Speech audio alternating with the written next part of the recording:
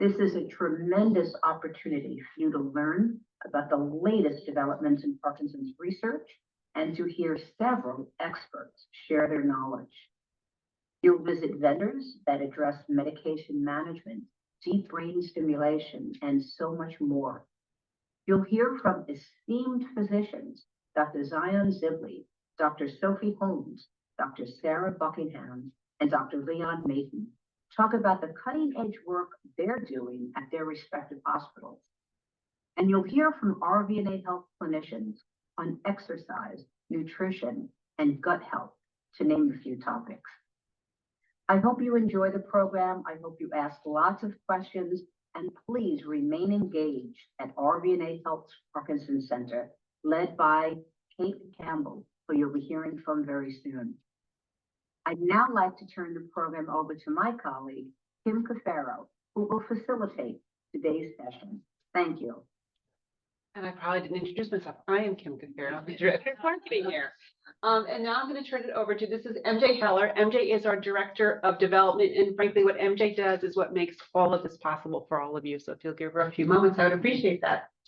Thank you. Want me to advance my slide, or do you?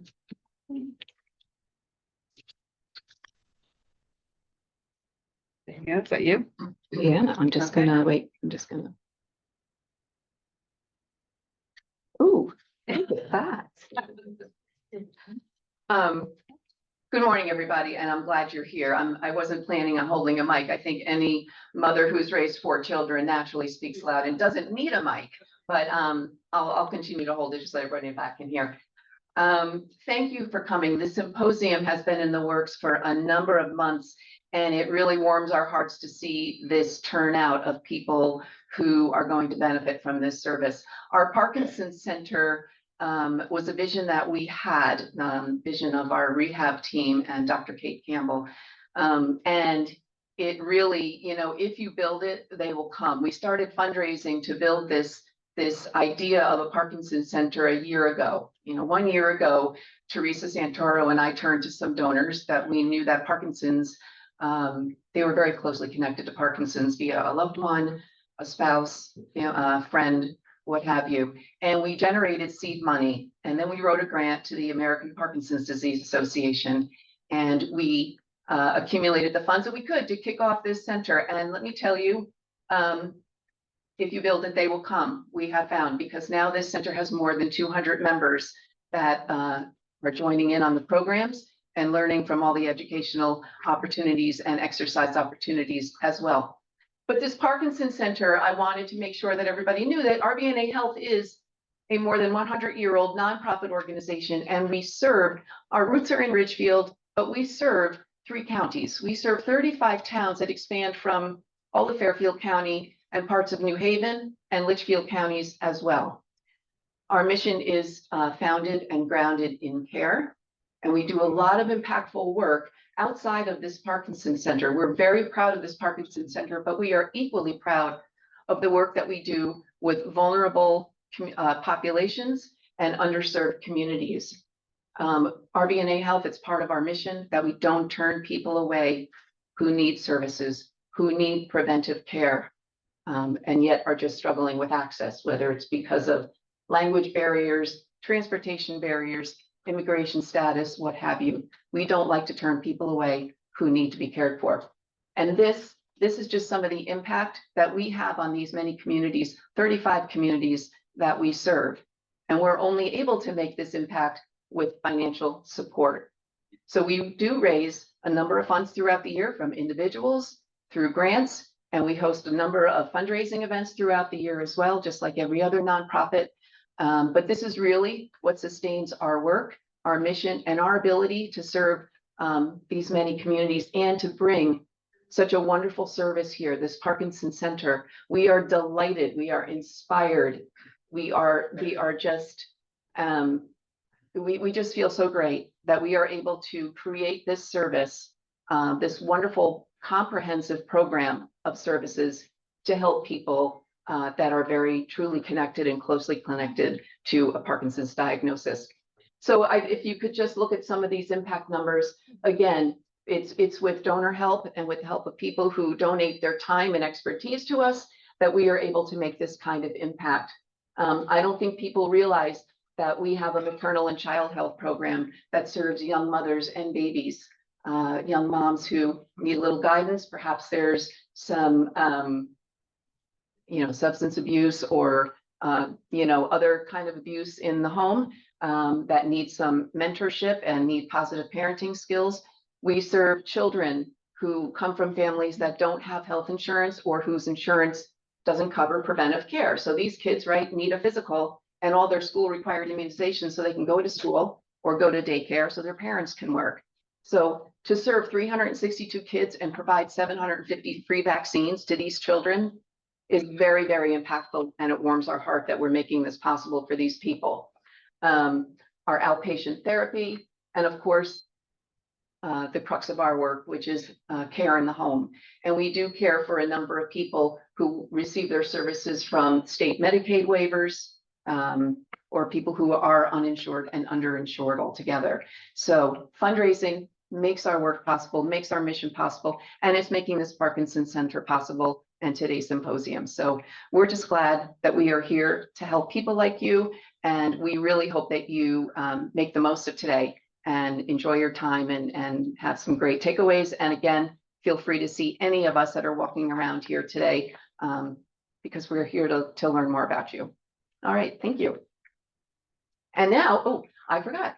Now I get to introduce Dr. Kate Campbell, the visionary behind the Parkinson Center and today's symposium.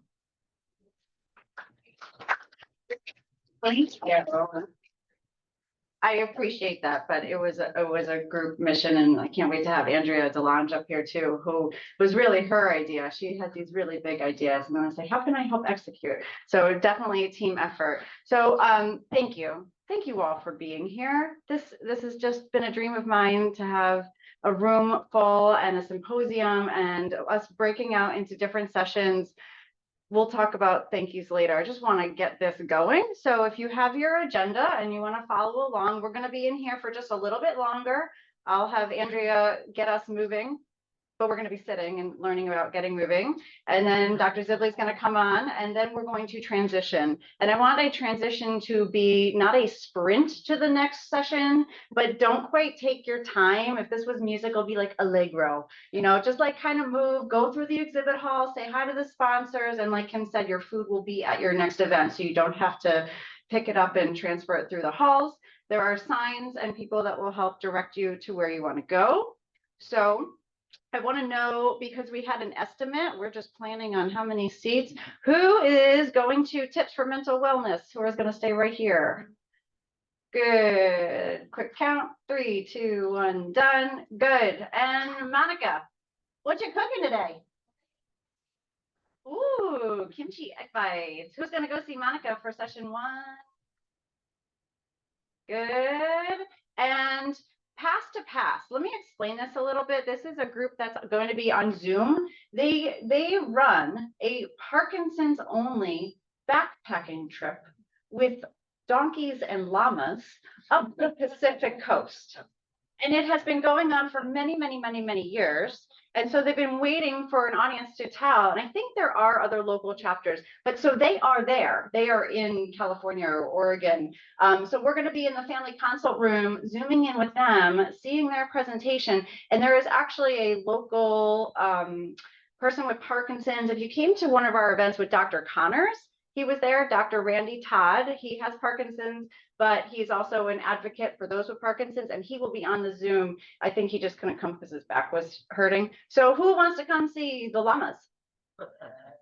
Oh, anybody? Thank you, Holly. Okay, we'll have to get some staff in there. And then who's going to go downstairs and watch Andrea and her team exercise? Don't be afraid. Yes, Yeah. yes. So at that same time, your stomachs are going to be, I'm hungry, but I have to move, whatever, get there. The pizza will be there. You can sit and watch Andrea sweat her little head off, or you can jump in, participate, eat your pizza later. Not a problem. Then we're going to transition. Remember, it's not too slow, but we're going to get back here. We're going to see Dr. Buckingham here back in this room. And then we're going to break out again. Staying here will be sleep.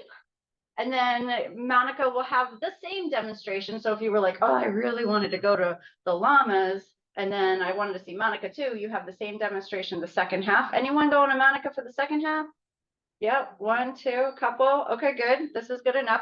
And then the family consult room will have our clinical trials. They're talking about depression and ketamine. Ooh, yes. How many for that one? I really need this number. 2, 4. You got it? Got the number? Okay, Kathy, that's how many chairs we need in the room. Okay, cool. And then there's boxing. We can't wait to advertise and show off our new up and coming boxing class, Boxing and Beyond. So that will be down there. And then you're welcome to stay for a free exercise class. I hope you don't mind. When we started this, it was a little we got a little excited being like, we're going to be done at 2. That's great. We gave our presenters a little more leeway. So it says 2:15 on the new program. You do what you got to do. If you got to go, that's okay. But if you want to stay for the exercise class, that'll be at 3. And our exhibit hall will remain open till 3-ish, whenever you guys decide you're all done. So you don't have to book it out of the building. Okay. Our sponsors, can I have Joe, Travers, Holly, Solomon, come on up.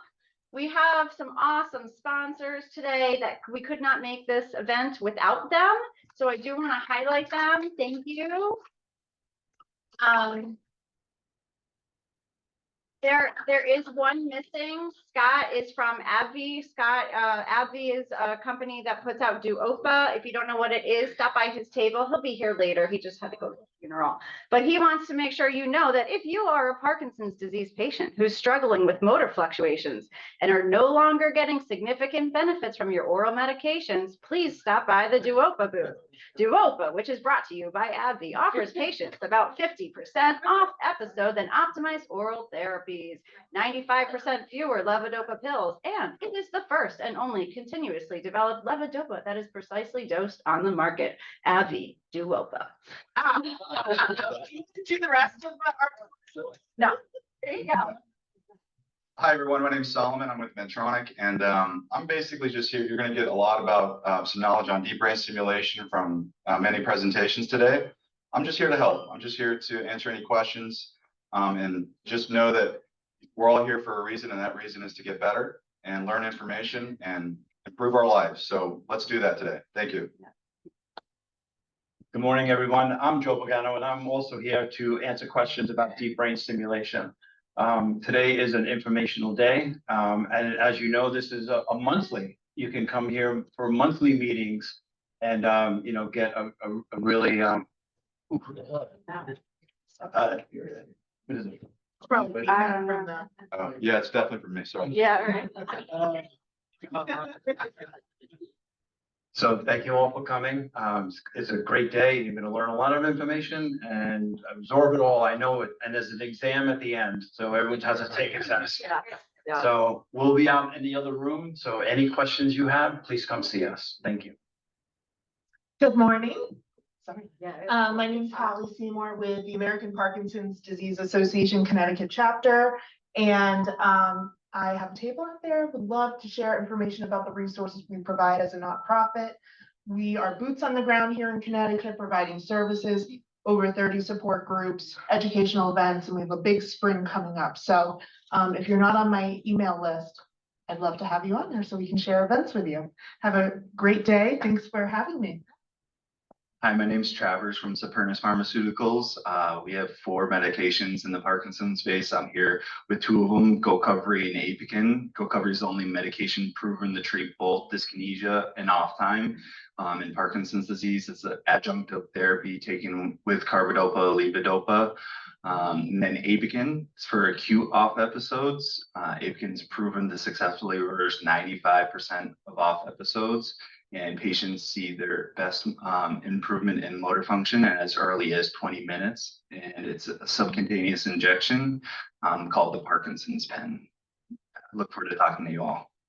Thank you.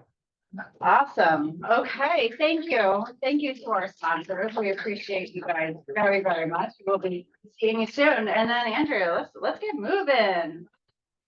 I'm gonna put this here. So I think Andrew's pretty loud anyway. I am loud. If it's close to this, it's getting feedback, so. All right, so hi, everybody. Welcome to my presentation, Get Moving, the Benefits of Exercise for People with Parkinson's Disease.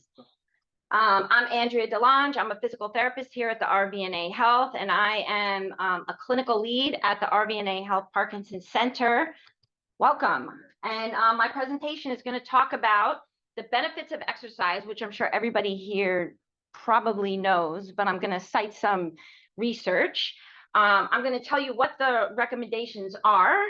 I want to kind of dispel the myths between community exercise versus physical therapy or occupational therapy. Some of that is going to be about the barriers to exercise. And then I'm also going to, I'd like to share with you downstairs on one of the breakout sessions, my class here that I lead at the RVNA Health called Balance and Beyond. Woo. All right. So Parkinson's disease is well known as a slowly progressing neurodegenerative condition. And there are two areas that are of concern that I kind of want to bring up when it comes to Parkinson's disease over time, right? So people that over time you're having Parkinson's disease, cognitive decline, as well as your motor symptoms. Everybody knows what I mean by motor symptoms, that rigidity, tremor, postural instability, and that slowness of movement known as bradykinesia. So over time, there's always that concern that the dopamine replacement therapy is the motor symptoms become unresponsive. So those two concerns, since Dr. James Parkinson first observed those 6 individuals with an unusual gait and shaking limbs in 1817, there really has been no medication or treatment or procedure to slow that actually is proven to slow the progression of Parkinson's disease. But what I want to talk about today and highlight is this movement disorder specialist known as Dr. Eric Asklog. He conducted an extensive review of the literature involving the brain and vigorous aerobic exercise and its influence on Parkinson's disease. So let me first define vigorous exercise. What is vigorous exercise? So vigorous exercise is exercising for 20 to 30 minutes straight at about 60 to 80% of your maximum heart rate. That sounds like a lot of math, right? So that's why we have these awesome activity trackers, and a lot of you people that actually track your heart rate and your heart rate variability for you.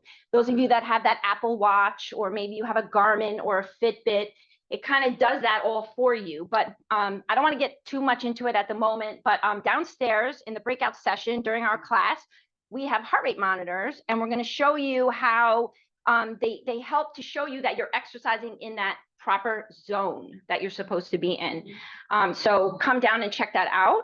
But so vigorous exercise has been shown to have many benefits in general to our cardiovascular and cerebrovascular system, preventing or not preventing, decreasing your risk of diabetes, hypertension, high cholesterol, also to your musculoskeletal system by reducing the risk of osteoporosis and a reduction in age-related sarcopenia, which sounds like a really scary word, but it's just muscle atrophy that happens over time if you start to live a more sedentary life, and also has decreases the risk for depression. But what effect does it have on the brain? So Dr. Asklog highlighted 3 areas where he found in this research how vigorous exercise affects the brain. And the first one was people that exercise had bigger brains. They had less atrophy in their brains. They also had improvement in brain growth factors. Big word, big bunch of words. What does that mean? Some of you may have heard about like BDNF, those acronyms and so those are brain neurotrophic growth factors, which actually act as fertilizer on the lawn. So when we produce these brain growth factors, they promote what's called neuroplasticity. I'm sure a lot of you have heard neuroplasticity is the fact that our brain is changeable. So when we produce these growth factors through exercise. They're promoting more neuroplasticity, which helps with memory, cognition, learning a new activity, which is super important. And also, when they looked at people who did consistent aerobic exercise, they found that people that did the aerobic exercise consistently had less cognitive impairment. So I just want to highlight, though, this is just exercise, right? So exercise can help, has been shown to be neuroprotective effect on the brain, and something that medication and procedures have not yet been able to do. So I'm going to skip that slide just for visual purposes. But another researcher I wanted to highlight is the name Laura Mishley, who's a neuropathic doctor who works with people with Parkinson's, and she created this Pro PD score, which is actually you can ask the Google Pro PD score, or you can there's an app, you can go to your app store and download it.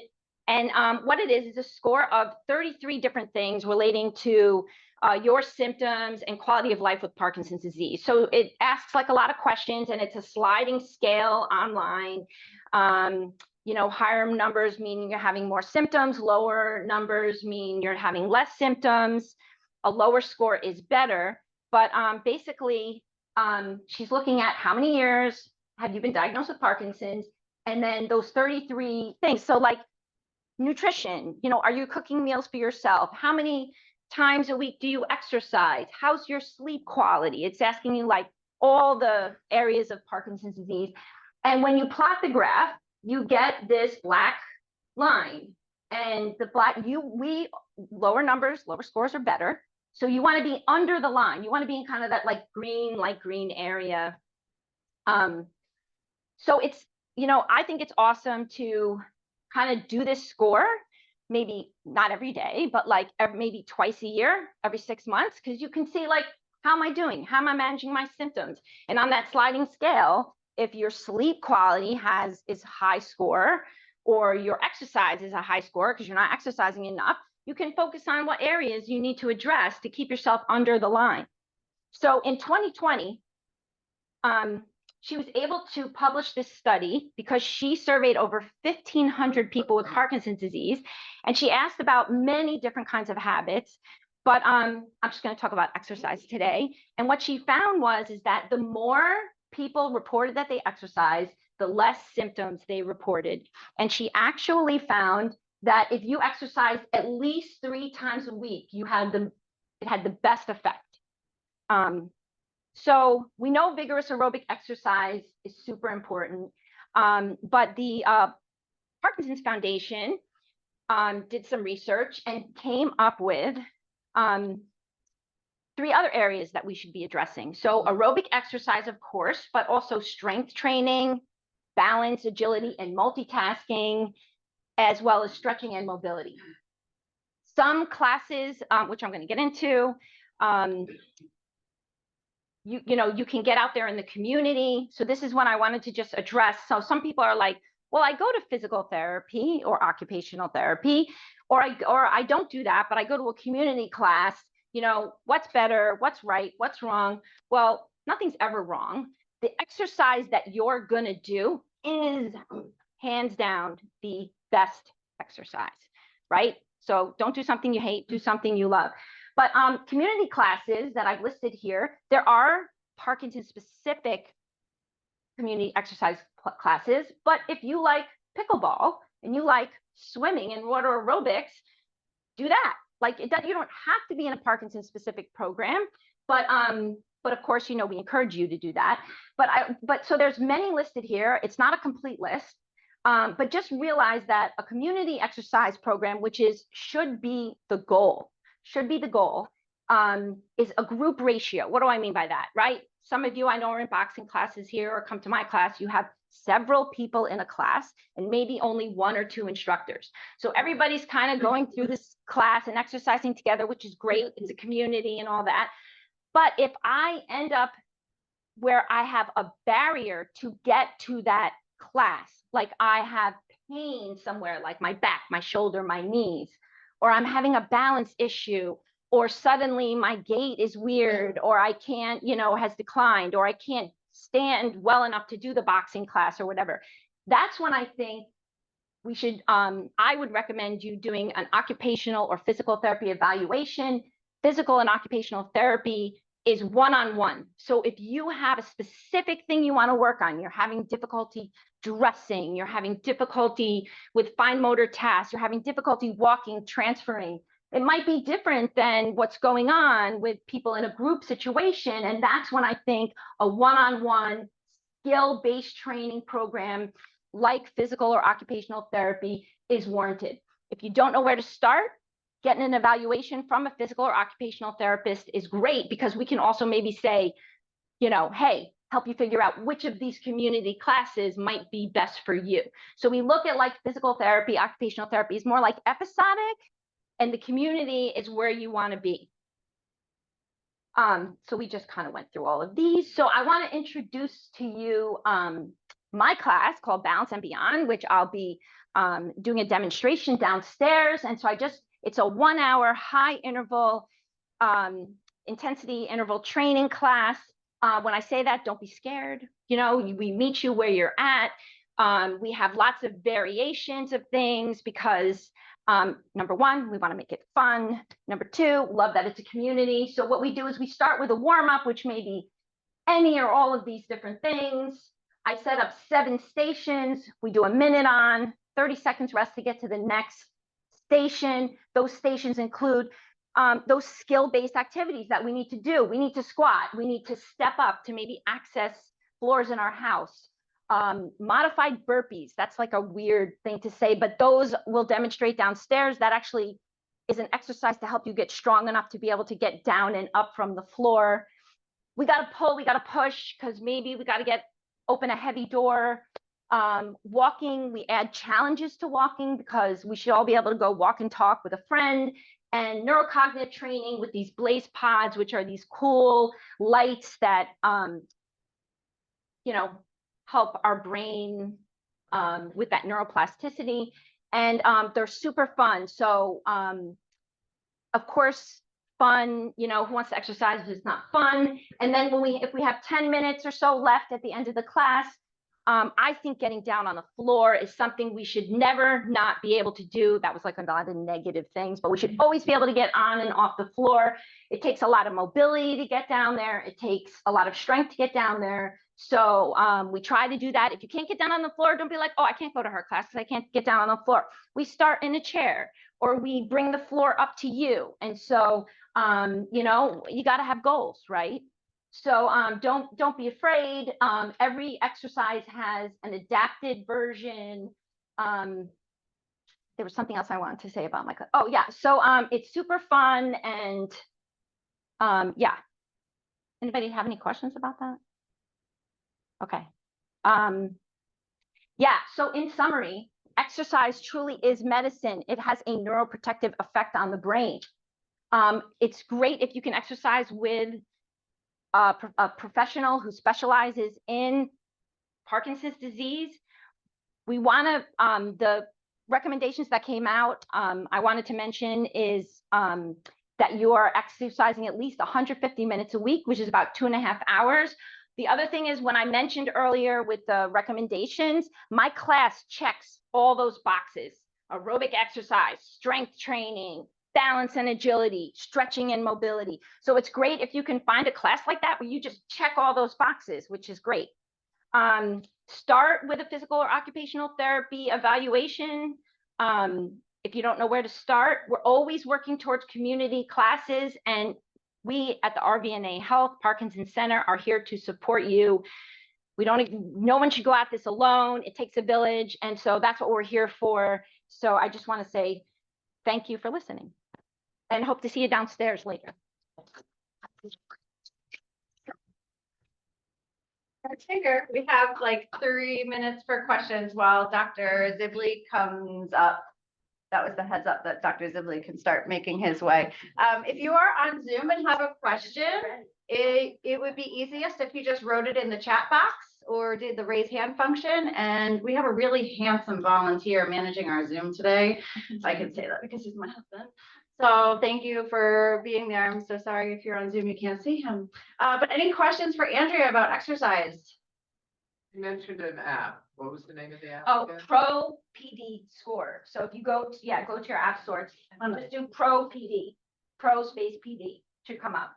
Yeah, it's a good baseline to see Find where it? you are. Yeah. It's called the Pro PD Score, and you can, as Andrea said, ask the Google or put it in there.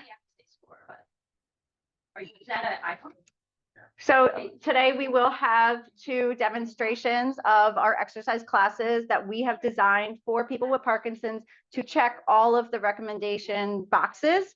If you can't stay today to really do a whole class, we have coupons for a free class. Just because you guys came here, they're at the RV&A Health table in the exhibit hall. So just if you can't stay today, make sure at least get a coupon and come try us out. All right, Andrea, thank you again so very much. We appreciate it. Next, I'd like to introduce Dr. Zibley, who the presentation was here. Oh, it isn't. Okay. And there's your mic. You don't really need to talk into it, but don't put them close. Otherwise, we're going to get blasted. Okay. Thank you. Well, thank you for the invitation, and I'm happy to see some familiar faces in the audience. If anybody has any question, just stop me in the middle. Okay, you don't have to wait until we finish. So, I'll be talking about deep brain stimulation, about wake versus sleep DBS surgeries.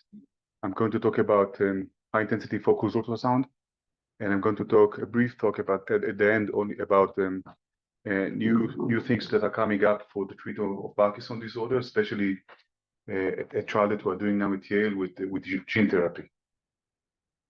So deep brain stimulation was first introduced in 1987 in France by Dr. Benapit. He did the first trial with 10 patients, and he only published it in 1993, and it was approved by the FDA later. The first indication for deep brain stimulation was especially for Parkinson's disease. Since then, the indication for DBS has grown to essential tremor, dystonia, intractable pain, epilepsy, Tourette, depression, OCD, obesity, and recently also for Alzheimer's disease and maybe something with BBB opening, which is mostly research. But if you look at the indications, it is mostly used for Parkinson's disease, essential tremor, dystonia, and epilepsy. These are the 4 indications that are mainly used in the US.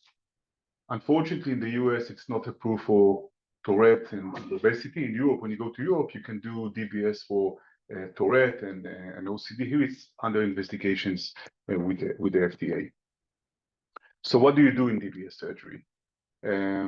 I'll talk to you later about how we do it in Yale. We do it a bit differently than anybody else along the East Coast. But basically, it's what we call the stereotactic surgery. So we use like a navigation system in the OR. Okay, it's like, I don't know if you use Waze or Google Maps or whatever, but it's exactly the same.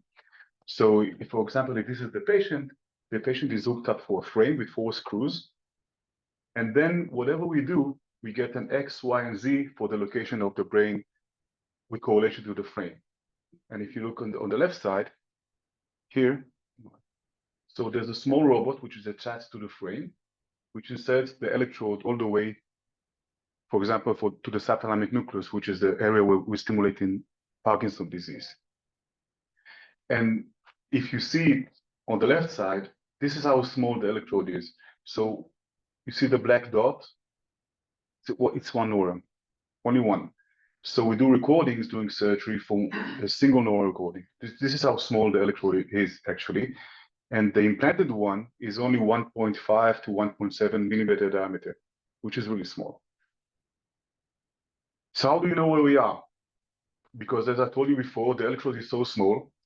The area where we implant the electrode, which is called the subthalamic nucleus, is really small. So this is like the green area. It's only 5 by 5 by 5 millimeters. The electrode is less than 2 millimeters, right? So we have to be really accurate. How do we know where we are? So if you go to the different areas of the brain, you have different EEG recordings, different waves. You see it on the left side. Each area of the brain has its own fingerprint, we call it, okay? So during surgery, when we go from the outer layer of the brain to the inner layer of the brain, this is the electrode. Each and every, I would say 1 millimeter, 2 millimeter, 3 millimeter of the brain has its own fingerprint. And once we get to the subthalamic nucleus, which is the third from above, you can actually see it's different from all the other sides. So during surgery, this is how it looks like. See, this is real-time surgery recording.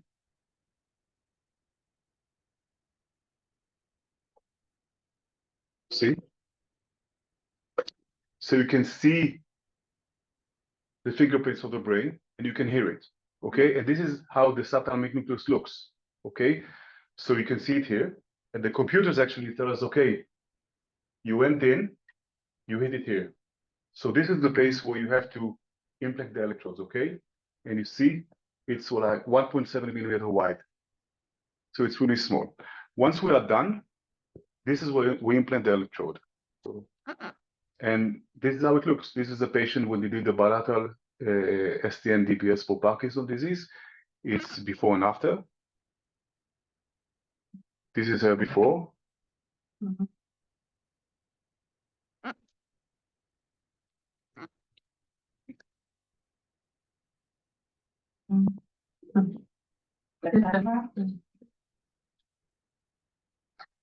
And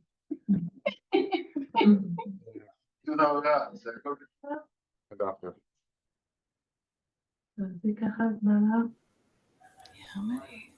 So you can actually see the difference. It's working, right? Immediately after. That's like a month or 3 weeks when you turn it on. So after we implant, we have to wait for at least 3 weeks because there's some edema around the electrode. So we have to have the brain has to adapt for the electrode. So it takes around 3 weeks before we turn it on for the first time. Okay. The same patient. This is before surgery, and you see she doesn't have any hair. She's shaved. So that's like 3 weeks after surgery.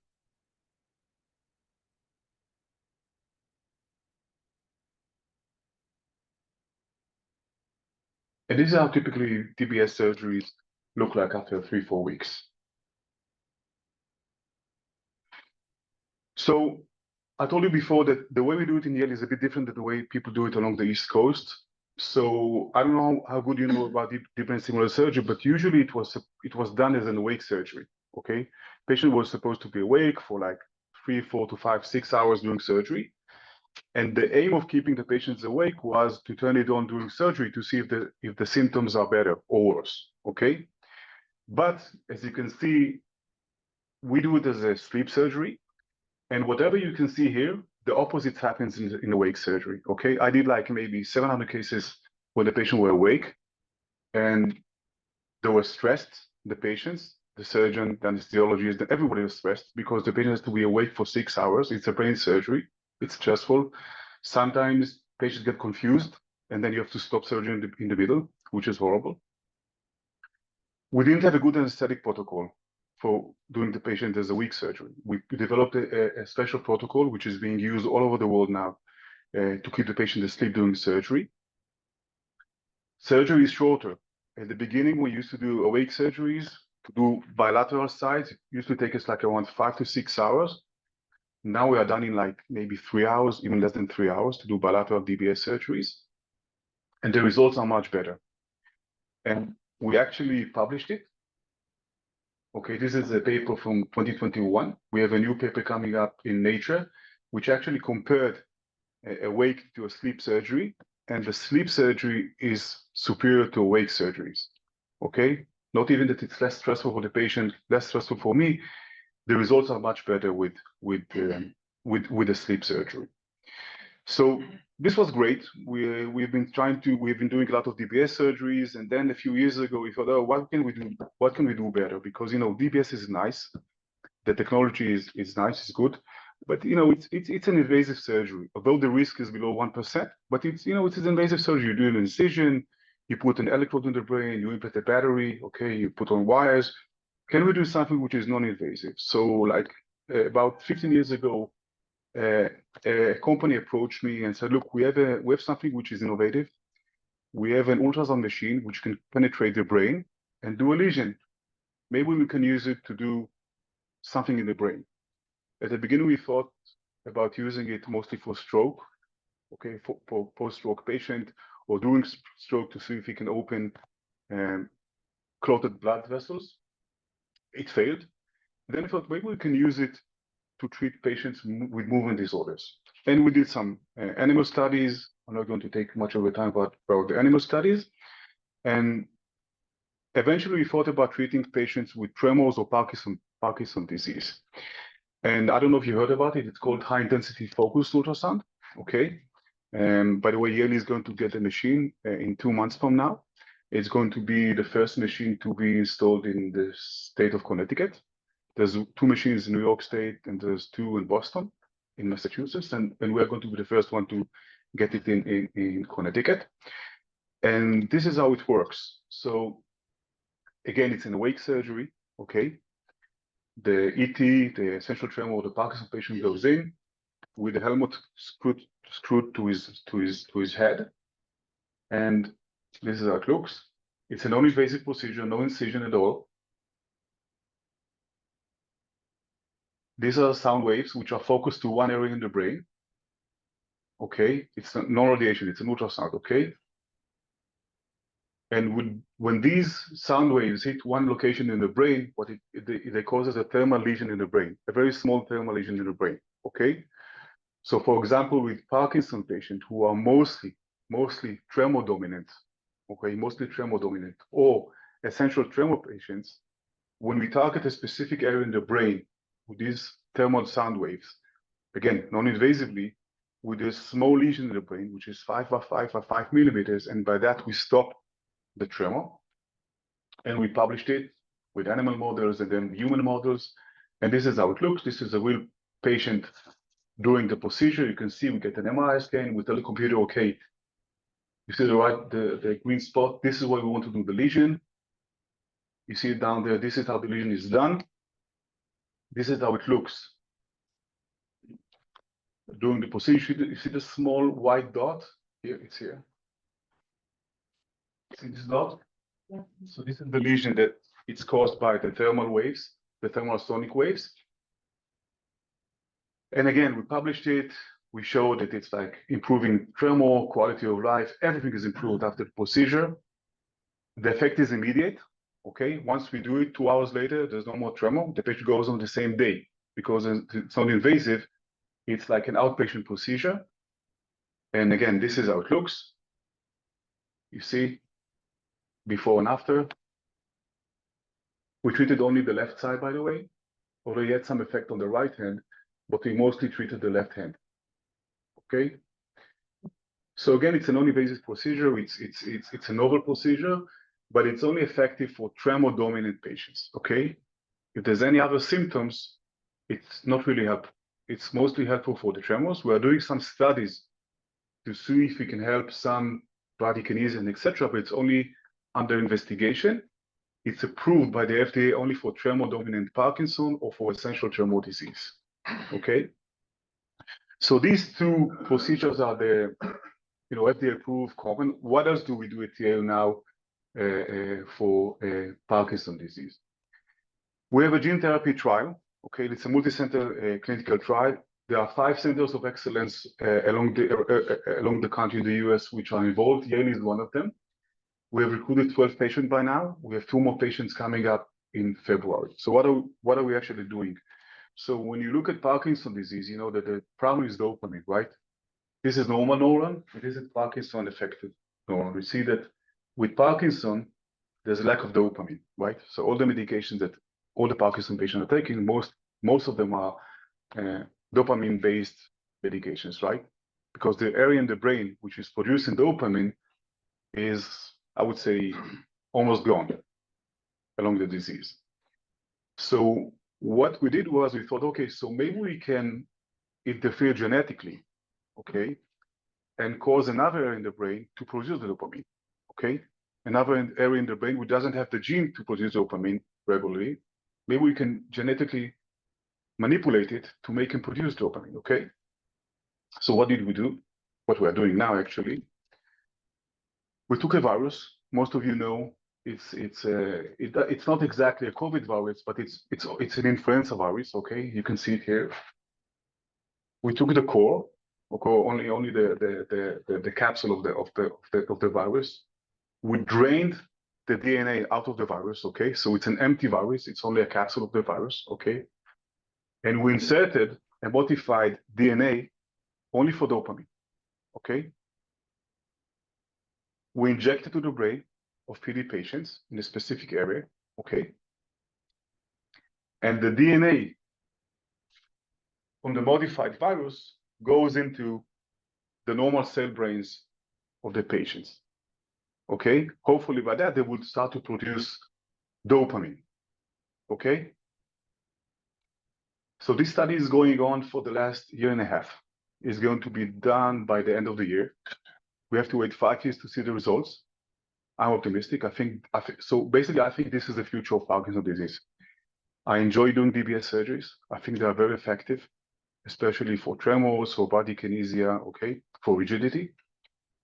But when you look at the whole disease, for all disorder, it doesn't really help all of it, right? It doesn't really stop Parkinson to like completely stops it, right? But I think that eventually, if we'll be able to manipulate the brain to produce dopamine, this will be the answer for so far for Parkinson. And this is how it's done. We take a lentivirus, we inject the DNA for dopamine, we inject it to the brain, and the PD patient brain starts to produce dopamine. So this is a clinical trial. We have enrolled a few patients by now. And if it fails, we can always do DBS surgery if it fails, okay? So this is what we're doing, which is innovative at Yale now. Again, we are one of 5 centers along the US. There's one center I think in New York, and one in West Virginia, and one more along in the West Coast. Have there been any side effects? No, so if there's any side effects, they will stop you immediately. So from the 12 patients that we've done by now, no side effects. What's the age? Is that the other patients? You're talking about inclusion criteria, so it's from 20 to 75. So any patient between the age of 20 to 75 is eligible to have the trial, to enroll to the trial. And he has established Parkinson's disease with PET-CT and etc. He's eligible for the trial. Yeah, sure. How many different clinical trials before that can somebody go through and still be eligible for that trial? Depends which clinical trial. If it's surgical clinical trials, no, ketamine it's okay.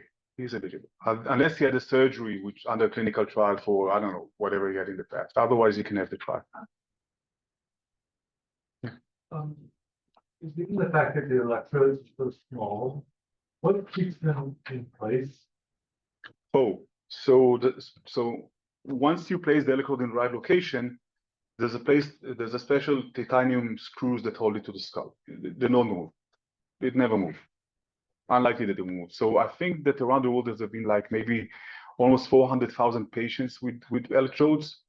And if you look at the statistics about electrode migration, it's like less than 0.3% or whatever.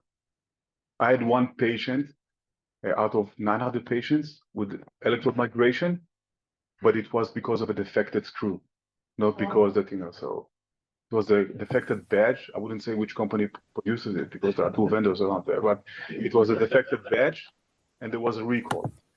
Okay. One more question.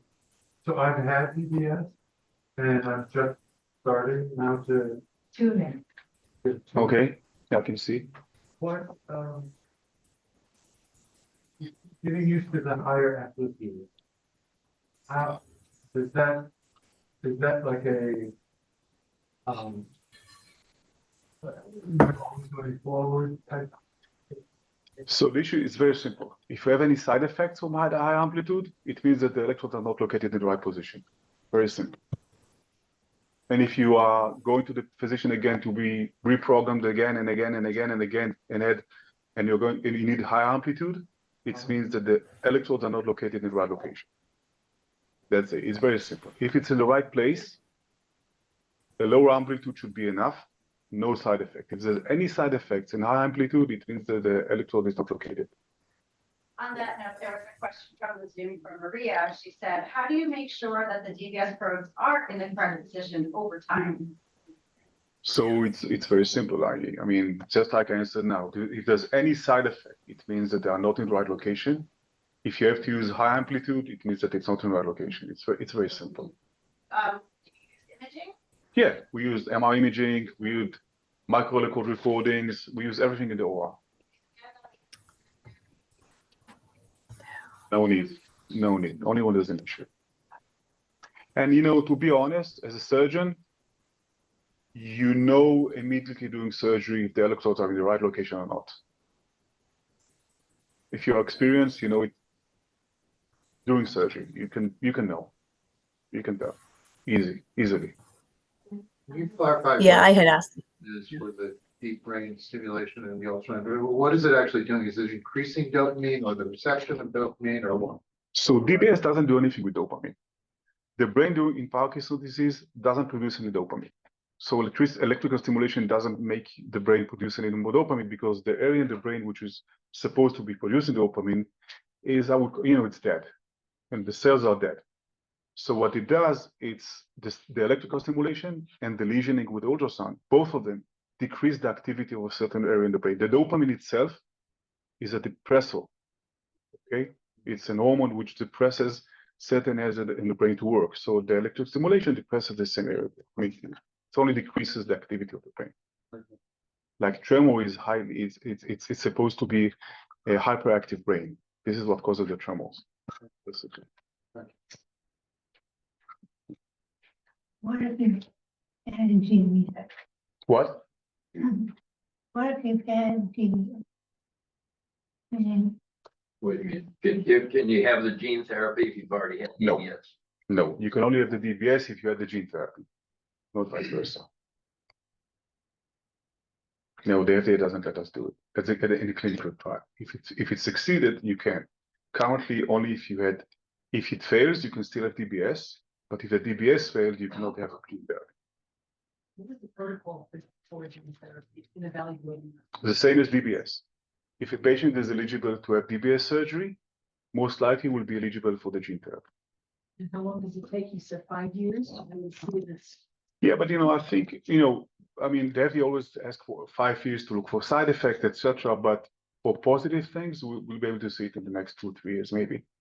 What with the patient? Would it- How do they know if it's working? Oh, they should know in like a few months after surgery if it's working. Oh, yeah. Yeah.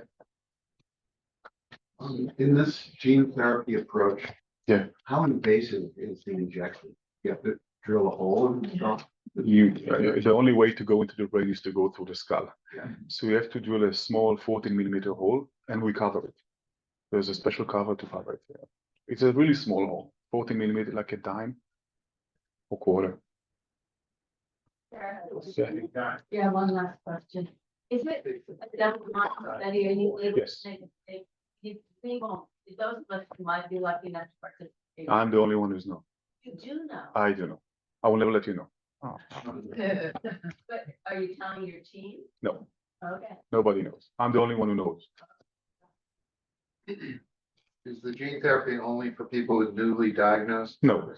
Okay. No. Any limitations on life duration? No, I told you it's mainly age. Mainly age. Otherwise, no, there's no limitation. By the way, also with DBS surgeries, there's no limitation. I mean, even if somebody's 90-something years old, but he's healthy, he can still have DBS surgery. So it's just the same criteria for DBS, the same goes for gene therapy trial. There's a certain level, like, I guess, if you get worse with age, You're talking about DBS or the gene therapy? the gene therapy. No, for the gene therapy, I wouldn't say there's any limitation of the sense of how worse is the disease. For deep brain stimulation, if the disease is really worse, if like somebody is like wheelchair, etc., or he doesn't get out of bed, I wouldn't do DBS because it wouldn't really help him.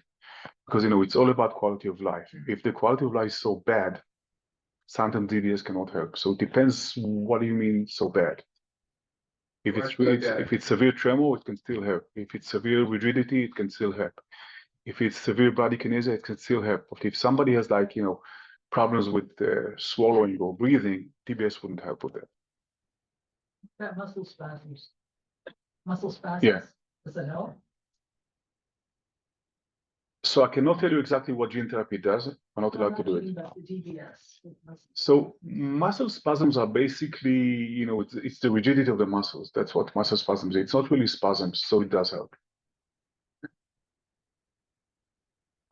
Just in terms of post DBS, one thing my husband has had a lot of is just head and neck pain at night. Is that from the surgery? Any kind of surgery? So I don't know where you had surgery. I don't want to know. But I didn't do the surgery. Okay, I mean, usually there could be some headaches after surgery, but I would say only for a week or two. There shouldn't be, the brain doesn't have any pain sensation, right?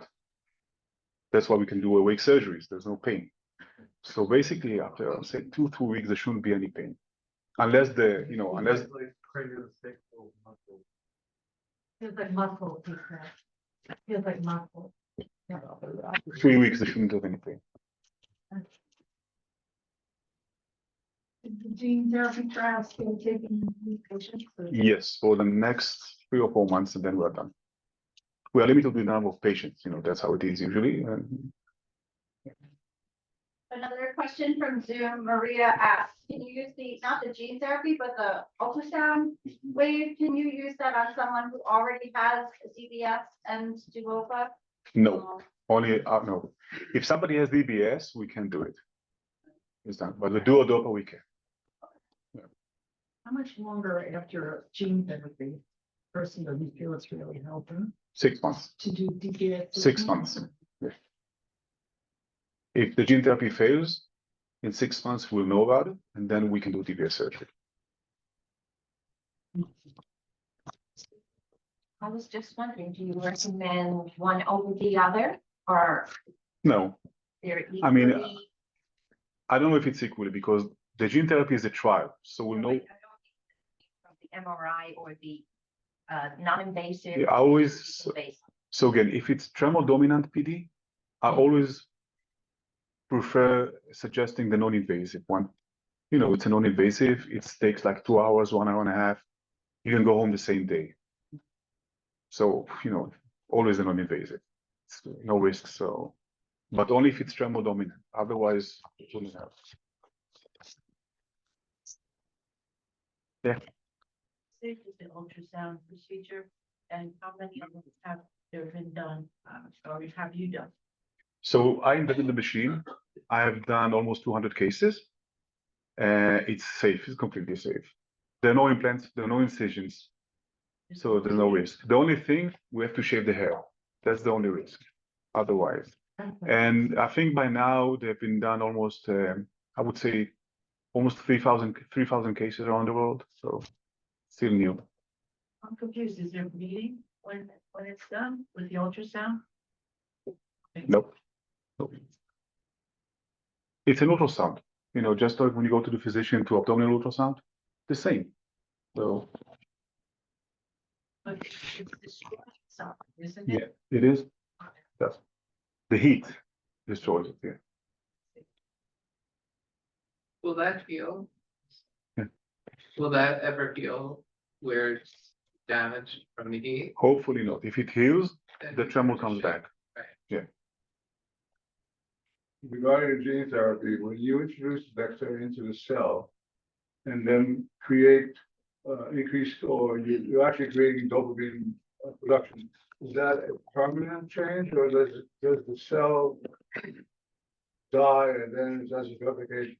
So we don't know because it's a trial, but I can tell you from pediatric gene therapy trials that I've done, if it works, it has to be permanent. Otherwise, we didn't do anything actually, right? So we hopefully that infecting the cells with the gene will stay when it gets embedded to the cellular gene, and then dopamine will be used all the time.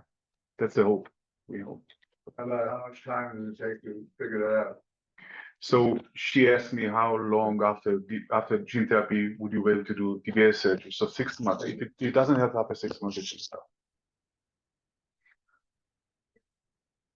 How do they do designer gene therapy? If they wanted to find a gene for Parkinson's, could they then get rid of that somehow without surgery? Is What, that possible? what do you mean?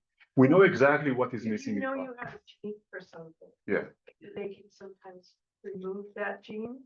So in Parkinson's disease, there's a missing gene. Okay, there's a missing gene. So, if you look at it again, this is Parkinson's disease, this is normal brain, right? So Yeah. normal brain produces dopamine. Parkinson's brain doesn't have any dopamine. So in Parkinson's disease, the gene for the production of dopamine is missing. Okay, Always from birth? always the same, not from birth, Oh, since the disease starts. So sometimes it's when you're 20 or 70 or 50. So the gene is missing. In cancer, there's an extra gene. It's different. In Parkinson, there's a missing gene. So we have to insert the gene. When we treat cancer disease with gene therapy, we have to delete the gene. Okay, it's different. So in Parkinson, it's always the same issue. It's dopamine production, dopamine gene is missing. That's why the same treatment for all Parkinson patients is dopamine-based medications. so there is no way that you can find a gene that indicates that you have a Parkinson's possibility? So there are a few genes that you can check, and they will tell you, there's a higher likelihood that you have Parkinson's disease. Okay, there are there are two types of Parkinson's disease. Okay, it's sporadic Parkinson and genetic Parkinson's. Both of them lead to the same dopamine, failure in the brain. Genetic Parkinson's? Yeah. Yes, there's also genetic. What was the first one? Genetic. Spontaneous, or they can't be. So then what is there any The same. testing going on with the genetic? You can do it. I mean, let's say that you know that you have the genetic whatever. So what can you do with it? Nothing. Not all the people who have the genetic defect will have Parkinson's disease. Only some of them. Okay, it's a highly, if somebody has the mutation, he is more likely to have Parkinson's disease than others. But there's nothing you can do with it. You can treat it now. So it's only to know. So See that in the future? maybe we still don't know exactly what causes the brain to stop to die in the brain specific area. Some people were talking about pesticides, all kind of poisoning and whatever, but nobody knows exactly what causing it to happen. So, we're trying to, as you can see with the gene therapy, to figure it out, hopefully.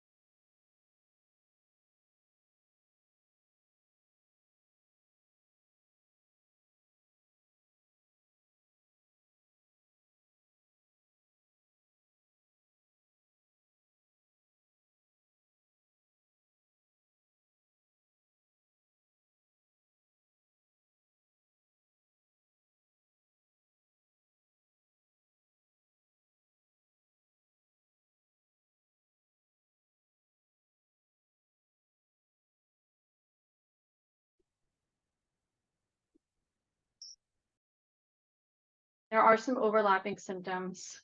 So depression is often associated with sadness, loss of interest, pessimistic thoughts, irritability, disturbed sleep, appetite changes, and thoughts of death or suicide. Anxiety is associated with feeling nervous, fear, panic, rapid breathing, racing heart. And then in the middle, we have some overlapping symptoms: worrying, restlessness, concentration difficulty, agitation, withdrawing from others, and physical symptoms. And it's important to understand depression, anxiety, they're more than just feelings, they're more than just emotions. They affect your thoughts, can lead to really self-critical, ruminative thinking, and then those concentration difficulties can have physical effects, fatigue, pain, disturbed sleep, and it can change your behavior, withdrawing from friends because you're nervous to have your tremor in public, or stopping the activities you used to enjoy. And what I really want to emphasize, you do not have to just live with your non-motor symptoms, especially depression and anxiety. There are strategies to treat it and strategies to make you feel more fulfilled. It may take some time to find a treatment best for you based on your particular symptoms. So consult with your doctors and maybe seek out other healthcare professionals, social workers, psychologists. And on the note of figuring out how to feel more fulfilled, I'm gonna get into some tips and techniques for mental wellness. So one simple one, when we're feeling anxious, often breathing heavily, overwhelmed, breathing deeply is such a simple and easy way to ease your symptoms in the moment. It lowers your blood pressure and your heart rate. It lowers levels of stress. It helps regulate your immune system. It increases your feelings of well-being and calm. There are a bunch of different breathing techniques out there, a bunch of different exercises. You can do some reading on it, try some out. There's breathing from the diaphragm. There's breathing through your nose, out through your mouth. You can play around with it.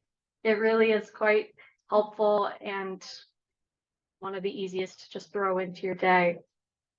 Another great technique is mindfulness, the basic human ability to be fully present, aware of where we are and what we're doing, and not overly reactive or overwhelmed by what's going on around us. Mindfulness is one of those things that you can implement in your day when you're brushing your teeth, just remembering, noticing your senses, feeling grounded on the floor.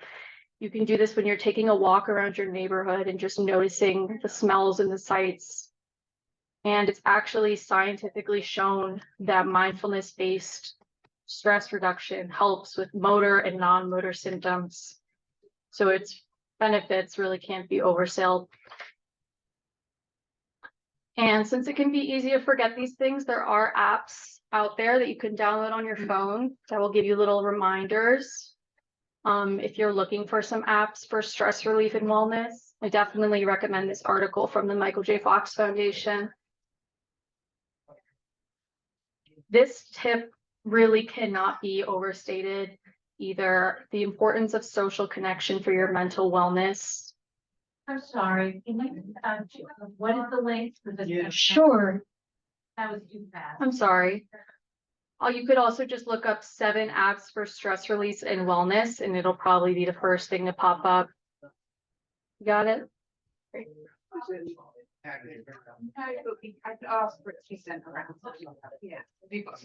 Yeah, any resources mentioned we'll distribute. And so why social connection is so important? It provides us with a sense of belonging, a source of support, and a feeling of purpose. It makes you feel much less isolated when you feel part of a community. And so some examples of this next slide, we got a little carried away. So this can really be tailored to your interests: community gardens, chorus, painting, yoga, trivia. There's really an endless amount of activities out there that can be wonderful sources of both exercise and social connection. Beat PD is a great one. There have some locations across the state. And that there is a lot of evidence backing up how exercising in groups with other people is actually protective against depression. And here is just a quick clip from a podcast about how one person with Parkinson's manages their depression by identifying their triggers and developing some strategies to handle it. So let's play that. Hi, I'm Dave. I think one important aspect of dealing with depression is learning what Oh, sorry, short triggers and also strategies for tackling it. For example, I live in the countryside, with lots of peace and quiet. I wake up to birdsong. This is critical for my personal mental health. I grew up in the suburbs of Manchester and have lived in large towns. I find noise and crowds very difficult to handle. With regard to strategies, which I find can head off depression as soon as the first signs appear, exercise and fresh air are critical for me. I find my mood lifts as I'm outdoors. And if confined to indoors, say by the weather, and music is important. And also dancing, which I really only discovered the importance of in recent years. Personally, Cuban jazz is a great trigger to raising my spirits. As I heard someone with Parkinson say, if you don't feel like getting out of bed, get out of bed. If you don't feel like going for a walk, go for a walk. We have to push ourselves. I swear a lot. Oh dear. Well, it doesn't stave off depression as such, but it's cathartic. And having only one near neighbour who is rather deaf allows me to let rip at the top of my voice. Another advantage for me where I have chosen to live. Finally, I do wonder if some form of creative self-expression can help. I have written poetry for the last 50 years on a wide range of topics, including depression, suicide, and Parkinson's. But maybe creativity through other arts, such as painting or music, might help in dealing with depression. So, Jeremy, we know. Just say this is a very good podcast. You can check it, so. It's the movers and shakers.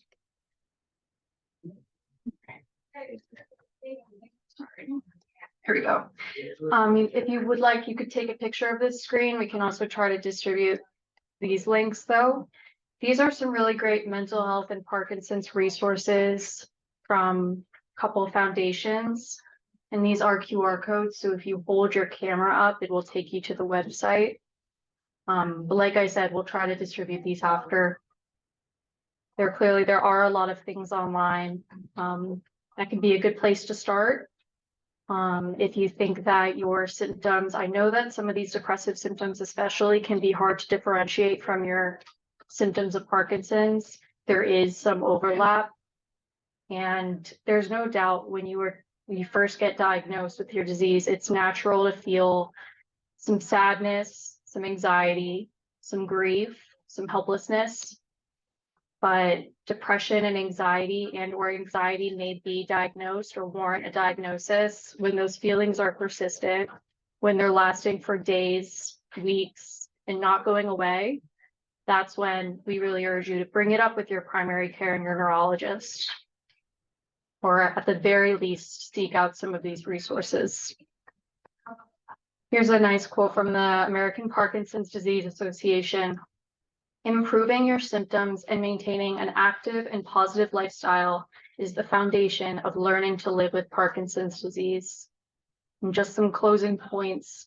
There are things that you can do to improve your symptoms, both the motor symptoms, but especially those non-motor symptoms we've been talking about.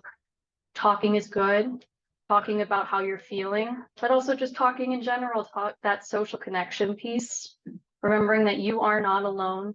Thousands of people in the state alone have Parkinson's and thousands are dealing with depression and anxiety. And new research is very promising. If you're interested in hearing about some of the research going on that we're doing at Yale, we're going to be talking about it in the family consult room at 150. And to close out, here's a quote from Michael J. Fox. I often say I don't have any choice whether I have Parkinson's, but surrounding that non-choice is a million other choices I can make. So you do have some autonomy in a very scary illness. If there are some conflicting sessions that you're hoping to go to during the clinical trials segment, this is our contact information.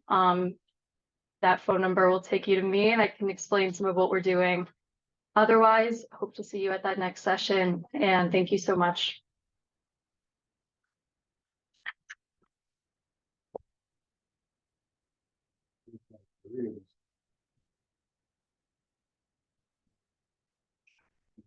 Any questions, any comments? Yeah, Yeah, what is happening with research in a nutshell?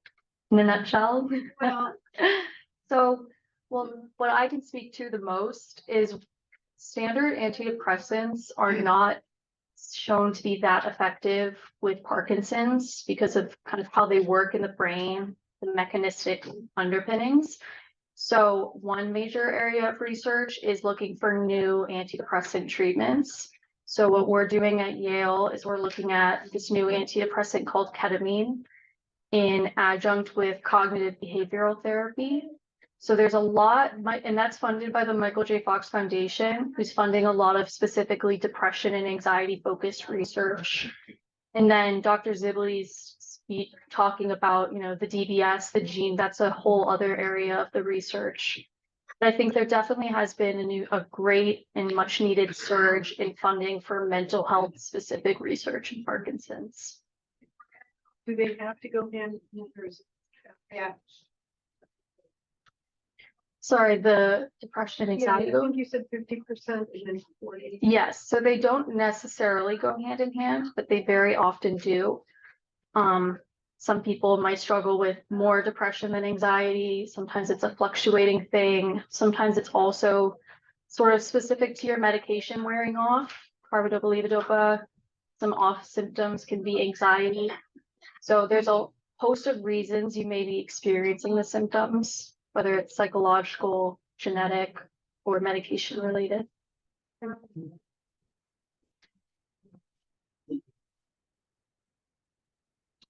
You have a question? That's my boss, so I had to impress her. You did a very good job. Thanks. How are they, what are they putting the ketamine in?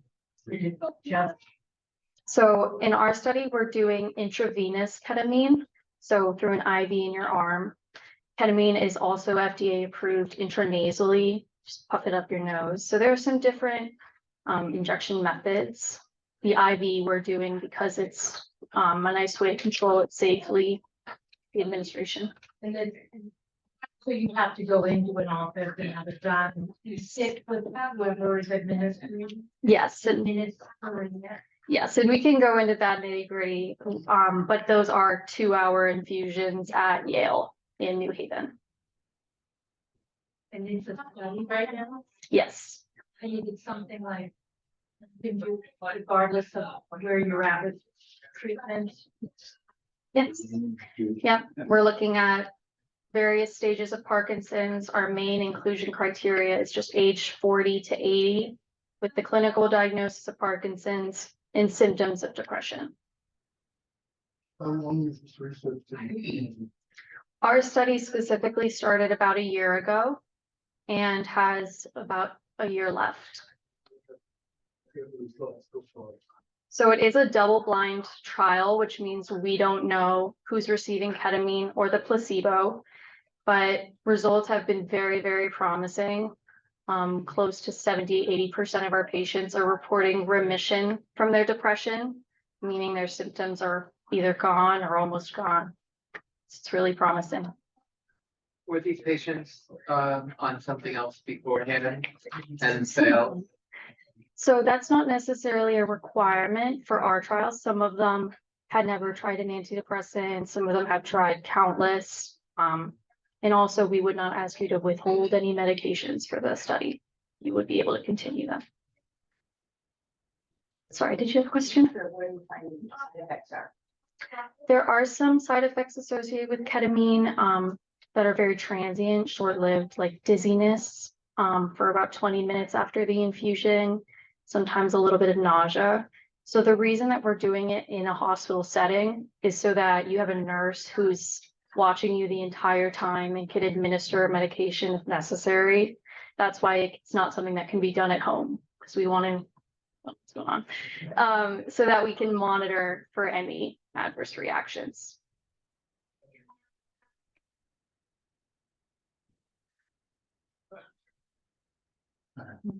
I also. Twice per week for 3 weeks. And so that does involve coming to Yale, but we can help arrange transportation if you need help with the logistics of it.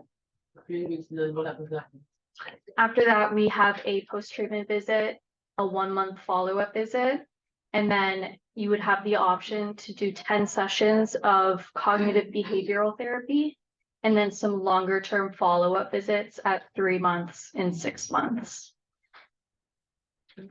Are you still looking for participants? Yes, we are very much still looking. Well, we will be presenting on it, but also we have a table where we have some flyers if you want to grab a flyer, or we have a sign-up sheet. You could write your phone number and or email, and we can reach out to you. Oh, in your later session. Yes, yes. Great, thank you guys.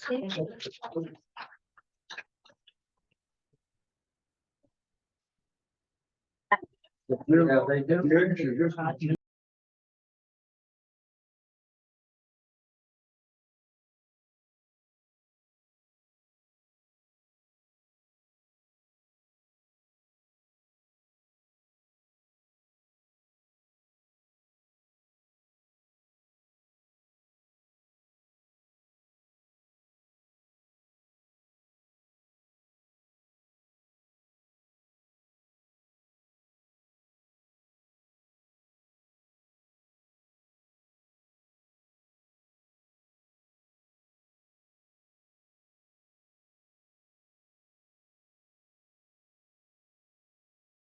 To Balance and Beyond. Yeah, did you do or watch? You watched, you made Andrea and poor Sarah do it all? You wanted someone else to do it. I mean, we know the benefits of exercise. I wish you could like just drop your body off with me. I run it through the treadmill for you. You come pick it up at your designated time slot. It's like the auto body shop. It's a body shop, right? Oh man, if I could do that. Yeah, just give me your knee. I'll work it out. I'll sew it back on when it's all better, you know. But exercise. What's that? Oh, I have my family to yell at, don't worry. Alrighty. All right, I think maybe this is it. I'll make one more announcement in there, but I am proud to announce Dr. Buckingham here to talk about why you should see a movement disorder specialist. And I'm excited to hear it because I've been preaching it, right? Oh, Julianne's not here. I've been preaching it too because I see the value, but I want to hear from her lens as well. And she's from Stanford Health. So welcome, Dr. Buckingham. Thank you. All right, good afternoon. Very happy to be here. I have a lot of patients who are here currently, but who utilize the RVNA services, and just seeing in the past, 5 years, how much they've grown. It's been a really great community resource to have. So I'll probably talk for about 15 minutes and then there'll be ample time for any questions at the end.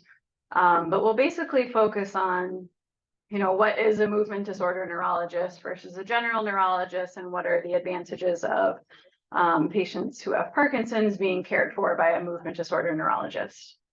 Can everybody hear me okay? My voice is kind of soft. Good? Okay. Okay. So we are neurologists who have specialized training in movement disorders. So our training after medical school consists of an internship, which is 1 year of internal medicine, a residency, which is 3 years of seeing all types of neurology patients, and then a fellowship, which is anywhere from 1 to 3 years where we only see movement disorder patients. And there are a lot of different types of movement disorders, but by far the most common is Parkinson's. So it's basically 1 to 3 years of seeing Parkinson's patients.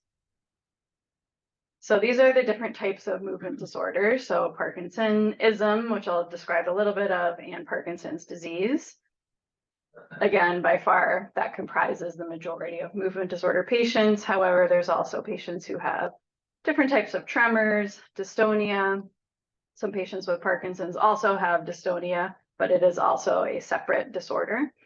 ataxia and other gait and balance disorders, myoclonus, restless leg syndrome, Tourette syndrome and different tic disorders, and then Huntington's and different types of chorea. So those are sort of what we get trained in, but primarily that does, it's comprised of Parkinson's patients.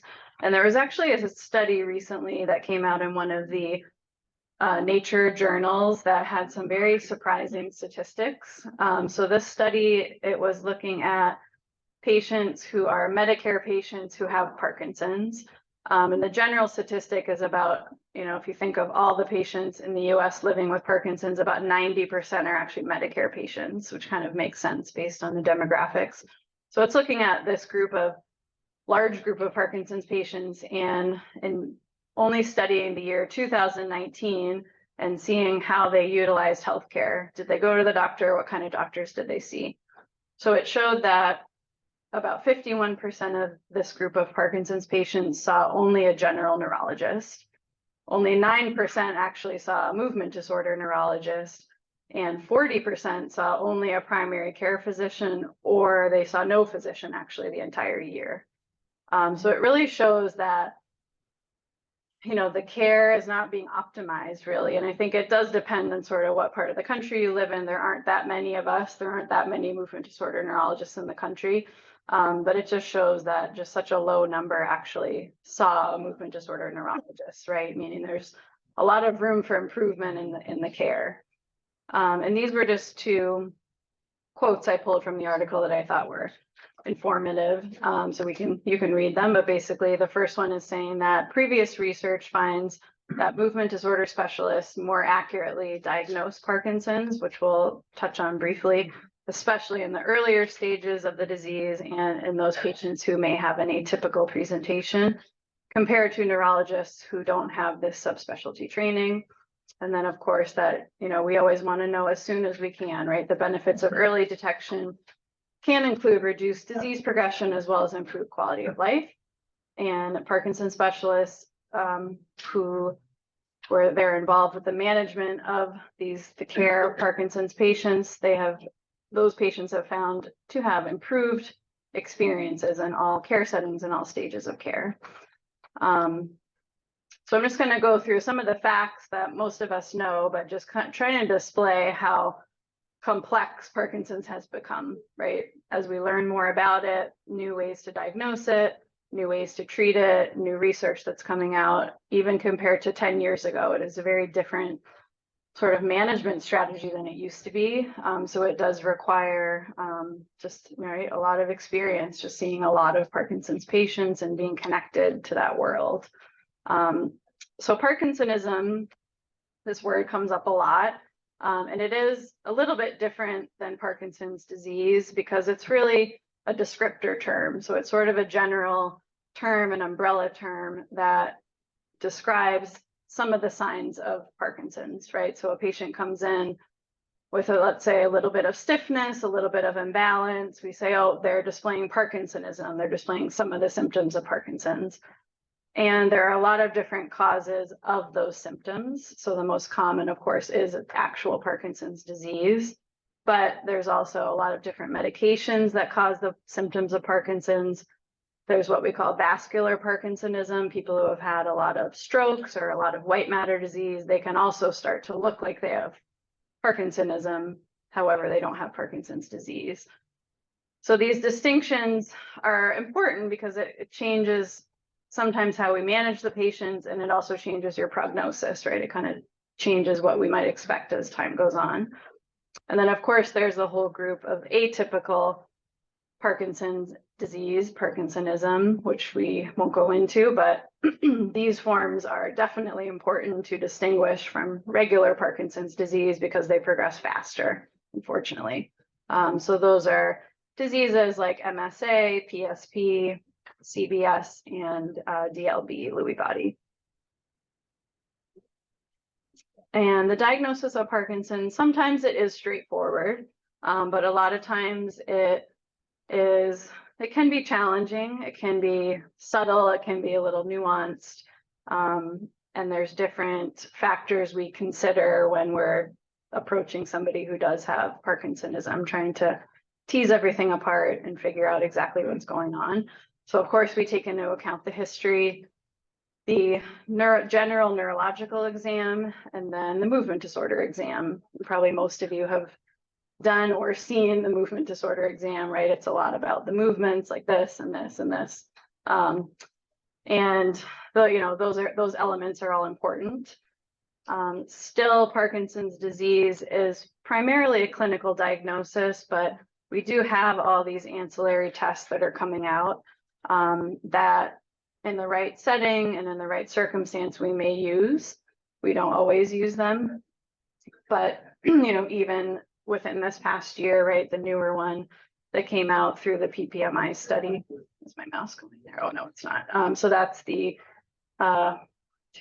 fifth one down, second from the bottom, right? So each year it's like there's more sort of potential tests to use, more data to think about. So it's important to, right, be going to a neurologist who's familiar with these types of tests because they are useful in certain circumstances. So the DAT scan is a brain scan looking at your dopamine levels. So again, not everybody needs that type of a scan. It is really expensive, but in the right circumstance, it can be very helpful. There's PET scan of the brain, which we sometimes use, an MRI of the brain, which we sometimes use. Again, this newest one, the SAA test, which is currently only a spinal fluid test, not commercially available yet, but basically being used in clinical trials and things like that. And then the last one is basically a test that's sort of developed by this private company, and it's a biopsy test. I'm not sure if anybody's had it in this room, but they biopsy your skin and they're staining the samples for alpha-synuclein, which is the protein that we have in the brain that is part of the cause of Parkinson's. So that's also a new one. I haven't ordered that myself, but I've had a few patients who've undergone it. But it's becoming complex, right? It's becoming complicated.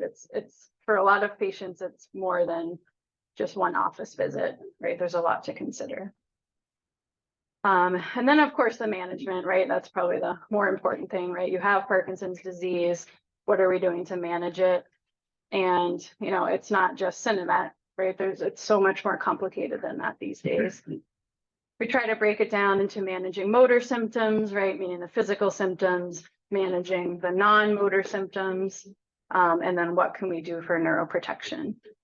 So I would say that, it's surprising when I see a patient who has already been diagnosed with Parkinson's, this is their first time seeing a movement disorder neurologist. It's kind of surprising, right, what medications they have been given so far, which may be unnecessary. As an example, they've never done physical therapy before, they don't exercise, like there's all these facets of management, right, that we always are trying to keep track of and make sure patients are doing. That, if you're a general neurologist or primary care, you're just not, you're not sure that that's necessary, right? And there are a lot of different things, even besides medication, that help so much with symptoms. So I'll do the non-motor symptoms first, which we're all probably aware of them, but just to, again, like highlight how complicated it can be. There's at least 15 potential non-motor symptoms. Certainly not everybody experiences all of these. But they're the types of symptoms that often negatively affect the quality of life. So it's important to ask about them, right? Ask if the patient is experiencing them, and then if they are, how can we manage it? And I would say a lot of times we also manage them. Some of the symptoms, such as urinary symptoms, I always have patients see a urologist. But, constipation, you don't necessarily need to be seeing a GI specialist, right? That's something that we could manage. But they kind of add up, right? So we're trying to keep track of all these other symptoms and trying to manage them the best we can. Some examples of some that as a neurologist we may be managing would be low blood pressure, the constipation, like I mentioned, depression, anxiety, changes with sleep patterns, hallucinations, drooling, soft voice, trouble swallowing, cognitive changes, fatigue, pain, weight loss. So these are just some examples. But things that we should be always screening for and keeping track of, because they definitely affect how people feel. And then, of course, the motor symptoms, which we're very familiar with. The tremor, although not everybody gets a tremor, but tremor, the slowness of movements, the lack of coordination, stiffness, balance, posture, walking, all of those things. And those we primarily treat with medications. However, there's some role for surgery in some patients. And of course, there's the different therapies, meaning PT, OT, et cetera. So in terms of medication, so I went to different websites and I counted how many Parkinson's medications there are. And there's at least actually 24. Like it's really expanding a lot, right? And to be very familiar with 24 different medications, right, and using them day in and day out, that's the role of a movement disorder neurologist. There's actually surprisingly really no protocol for treating Parkinson's, right? If we compare that to stroke as an example, right, there's stroke protocols. Somebody comes in with stroke symptoms, we have a protocol and we have guidelines we follow step by step. This is just so different, right? Everybody's medication regimen's different, everybody's therapy regimen's different. It's very individualized. And then surgeries, some patients are candidates for this. It's important to be able to recognize, right, who might be a candidate for these different surgeries. And then of course, therapies, right? So physical therapy, occupational, speech, LSVT programs, which I'm sure some of you have gone through. As much as insurance will allow, I always try to continue these therapies, hopefully, right, in a continuous way, although of course the insurance interrupts that a little bit, but these are so important, right, and they really, really help. And again, like it's just so surprising when I see a new patient they've had Parkinson's for 5 years, they've never done physical therapy, they didn't even know it existed. Like it's just, something that helps so much, and to be aware of all these resources is helpful. And then the neuroprotection. So any chance to plug exercise, I do it. So, right, aerobic exercise is the only intervention that's slowing the progression at this time. So the more, the better, of course. And then just being connected to any clinical trials. We don't do them where I am because we're not an academic center, but right, of course, Yale has clinical trials, so clinical trials in New York, things like that. Different research, research opportunities. And then in summary, again, these days, the world of Parkinson's is becoming more complex, right? As we learn more, as patient symptoms are recognized earlier, the diagnosis itself, again, sometimes it is straightforward and we don't need to do any testing, but sometimes it's a little bit challenging, especially somebody who's younger or maybe has some of these atypical signs and symptoms. The treatment, as I mentioned, is also becoming, there's just more options, which is great, but it's becoming more complicated as well. And it does help to see a neurologist who's just familiar with this world, right? Familiar with the treatments, familiar with the different community resources. And I would also say I've found that I think maybe more than any other type of neurologist, I feel like we do engage the community more, right? It's important to be connected to, right? Where can you go for exercise classes? Where can you go for LSVT?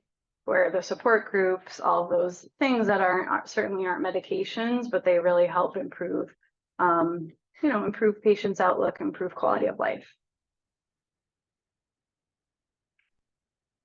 So any questions?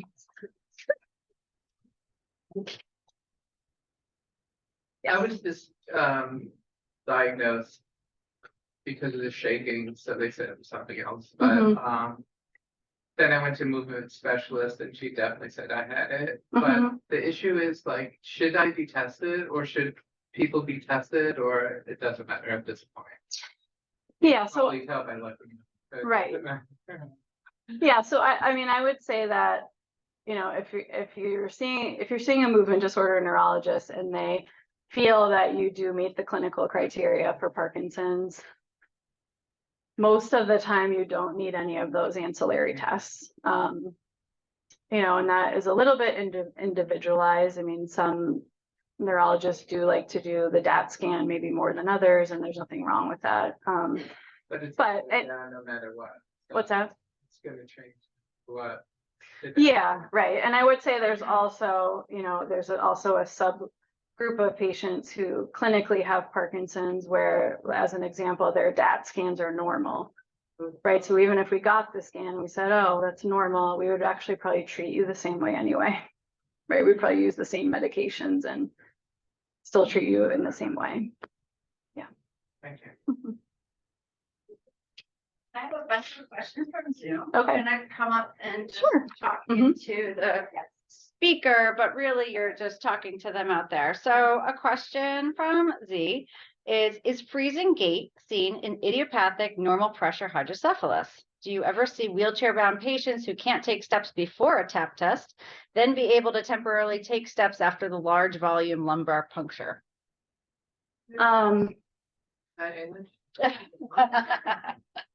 So basically they're asking, I guess, a little bit more about what we call normal pressure hydrocephalus, which is sort of its own complicated issue. But I would say, if it's a patient who's presenting primarily with gait symptoms, freezing of gait, without a lot of other symptoms, right? Meaning they don't have a rest tremor, they don't necessarily have like unilateral bradykinesia or unilateral coordination issues. I typically do at least some other testing for those types of patients because, right, their primary symptom is more gait or freezing of gait. I would say that patients who truly have what's called normal pressure hydrocephalus, which is basically when your brain accumulates too much fluid, kind of as like a process of aging, you start to get too much fluid and then you start to get gait changes, memory changes. Some of those patients, they can actually have some Parkinsonism, right? They can have some of the symptoms of Parkinson's. It's usually, I would say, a little bit more in the lower body, but sometimes they do kind of look like they have Parkinson's, right? And in that case, for me at least, I like to do the DAT scan in that situation because if that's kind of their presentation and the DAT scan's normal, then maybe they do have the normal pressure hydrocephalus. But that whole topic is That's a big one. it's a big one. I feel like that you could talk a lot about that. Another one is about the SAA test that was listed on one of the slides. Is it the same as the SynTap CSF test? I believe it is. Yeah, I honestly don't know too much about it. I just know out of the PPMI study, that's sort of the biomarker that they've developed out of that. And again, it's not being used in clinical practice yet, but it is being used, I think, to probably like confirm, right, patients who are in clinical trials, confirm diagnosis and things like that. And the participants just noting that it's not covered by insurance. Probably not. Probably Correct. not. Right. And I'm not sure I don't use like I said, I don't use the last test on the list, which is the skin biopsy, but I'm not sure that's covered by insurance either, but I'm not 100% sure. Okay. Another one. If a patient develops gait and balance issues with loss of facial expression, personality changes, apathy, lowering of volume of voice, rigidity, weakness on one side, but no tremor, is delaying the use of carbidopa levodopa going to cause cognitive decline more quickly? And is the patient doing a disservice by not being treated with medication sooner? Yeah, so the medications we use, they really are for symptoms, especially the Sinemet, right? It's been studied time and again, does it actually slow progression? Does it change, right, the sort of course of the disease in the long run? And it doesn't. It is for symptoms. Patients who come in who are very mild, right, very subtle exam, they're functioning well. We diagnose them with Parkinson's. I don't necessarily even start medication, right, because they're doing well. Even if you don't have a tremor, the medication helps with a lot of different symptoms. It helps with stiffness and slowness. It helps with general mobility. Sometimes it helps with balance, although I find the exercise and the physical therapy helps more with balance. So for me, it always comes down to like, are you functioning well? Like, what's your quality of life? Are there things you can't do anymore? And if there are, it's definitely worth trying medication. another gripe on Zoom and a gripe from the room and a gripe from me is, why are you guys so busy? The movement disorder neurologists have wait lists of months, year, I've heard. Is it the lack of access, lack of going through the, what's the deal? And how do we break in? I think it's just the lack of movement disorder specialists. I think in Connecticut, I don't know the exact number, but I think there's less than 15. I don't know what the exact number is, but not very many. I think part of it's that. I mean, I think also, I do think some symptoms are being recognized earlier. I would say lately I've been seeing more like younger onset patients that maybe, you know, without a lot of awareness of Parkinson's disease and what it is and the fact that it could affect patients who are younger. Those patients 20 years ago would probably go years without ever seeing somebody. So I think maybe that's part of it. I think there's just more people living in this area now too, Yeah. which I think is part of it. Yeah. Any more questions? All right, Zoom is like really active. Okay. Do you or your colleagues have experience with getting expanded access or EAP to drugs or devices in clinical trials for patients who don't qualify to enroll in the trial? I don't know. I don't know. I don't know. Good question. I'm not sure. It probably has to wait to come to market, you Yeah, I know, don't unless you're know, to be participating in those Right. trials. Yeah. Where do you practice? Where do you see patients? I'm in Stanford and Wilton. Okay. Yeah. Wilton's close. Anything else? Last chance? All right, Dr. Buckingham, thank you so much. Let's just-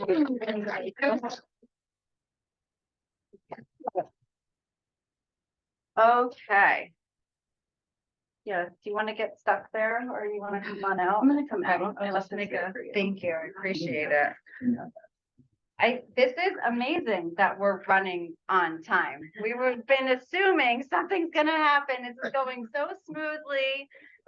When's the next ball gonna drop? But I think we're at the part of the program where I don't think anything else can go wrong. We're doing so well. Yeah, watch. So we have a couple minutes before we bring on Dr. Mayton, but I just want to, because this is the last time we're in the room together, this could be our goodbye. So I want to say again, thank you for coming. When we had this idea to make a Parkinson Center, we obviously didn't do it for us or the money. That's silly. We did it for you because as therapists and clinicians out in the homes, here in the clinic, we hear all the time the same story. I have Parkinson's and I got a team member there and this one, and they're not talking to each other. And you guys have all the resources. So we built this center with our multidisciplinary team here in-house to help you guys.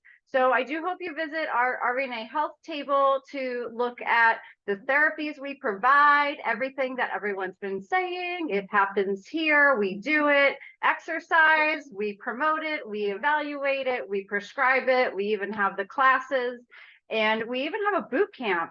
I learned in the llama presentation, you guys really missed it. It was a cool presentation, that these people that went on these backpacking trips for days, they didn't have their symptoms because they were doing high intensity exercise all day long.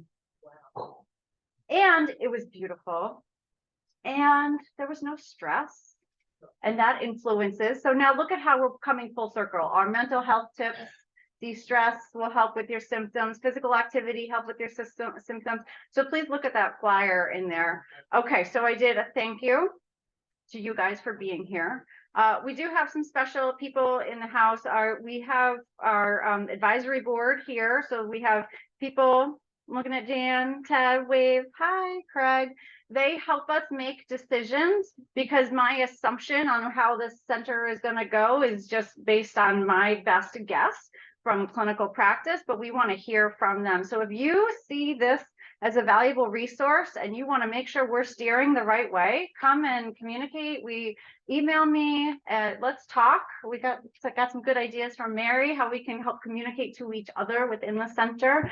So please, and another program that I just mentioned was the Parkinson's Boot Camp. It's not scary intensive, it's educationally intensive. It's great if you're newly diagnosed to learn all of the different topics, delve into each one, work through a workbook to help you take the best path with your Parkinson's.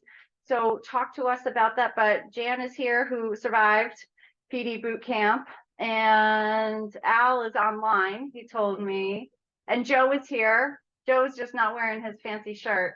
But talk to them about the boot camp process. We still have about 5 spots open for that. So we're going to have our transition. Remember how quickly we move to the next sessions. There will be cookies and fruit and water available for you. If you're in this section listening to Dr. Mayton on sleep, take your time and go get your cookies and fruit and bring it in. And if you don't want to leave your seat, raise your hand and we will serve you. And same thing with the kitchen group. If you didn't get to see the exercise demonstration, but you're interested in doing it today, because we've all been sitting on our butts for a couple hours, right? 2:15, Andrea and Sarah are going to do an exercise class for you. And if that's interesting, but 2:15 just doesn't work for you, please stop by our table and grab a coupon. And you are welcome to come anytime, come back and try one of our exercise classes for free and see if you like it. Thank you again to all of our speakers that volunteered to come here during their day, not take patients, have to drive in the rain. One more round of applause for everyone. Dr. Goodley, Dr. Buckingham, Pastor Pass, Dr. Sophie Holmes, Dr. Sophie Elliott coming up. Thank you guys. And did I miss any? Because I lost. So there is a survey, because again, we made this with the assumption of what this should look like. Tell us what you think. It is in your bag. Kim has them because we change plans all the time. So you will get a survey at your next breakout session if you want to fill it out then or fill it out later. But we would really like those returned to us today. Find somebody in a purple lanyard and give it to them. Drop it off on the front desk, or if there's any other team member in a bright red jumpsuit, they can take it as well. Anyone, Zoom is going to stay and watch the sleep lecture with Dr. Mayton, and then we will adjourn at 2:15. Now we will email Zoomers their survey. We should have everyone's email, or would you like them to put it in the chat? If you would please put the email in the chat, we will double make sure that you are getting a survey because we do want your feedback as well. You sure? Okay.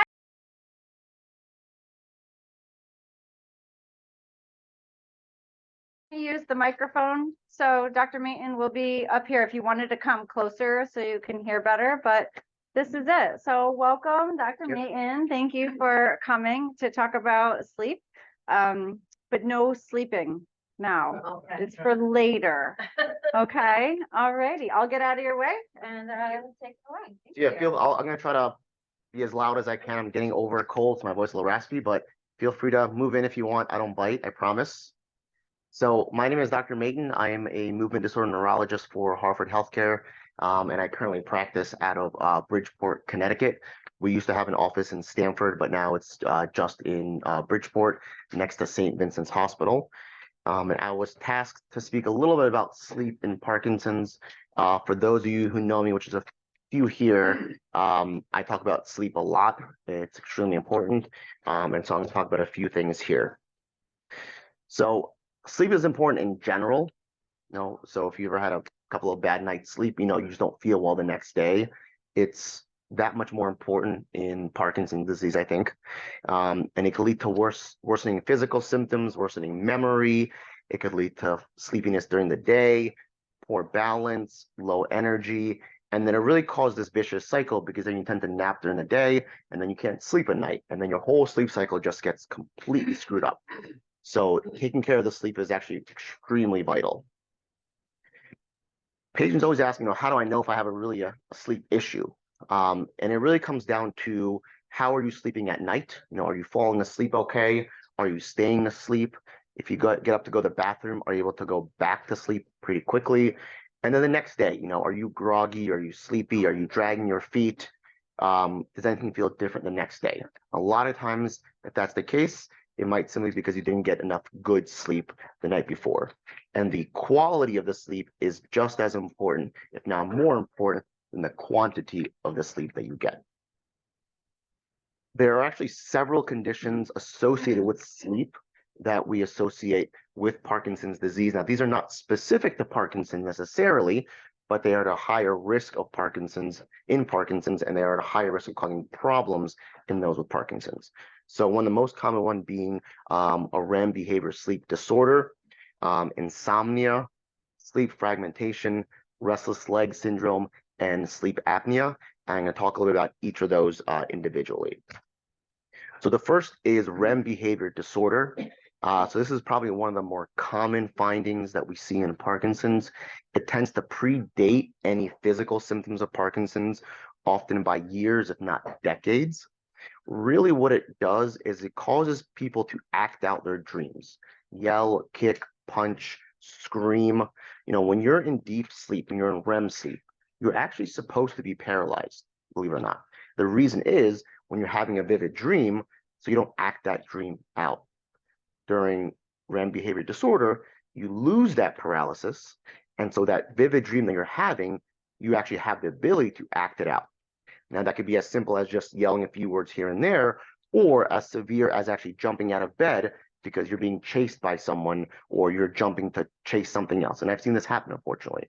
So it can go from, mild and, sometimes comical when people say something funny to actually pretty dangerous.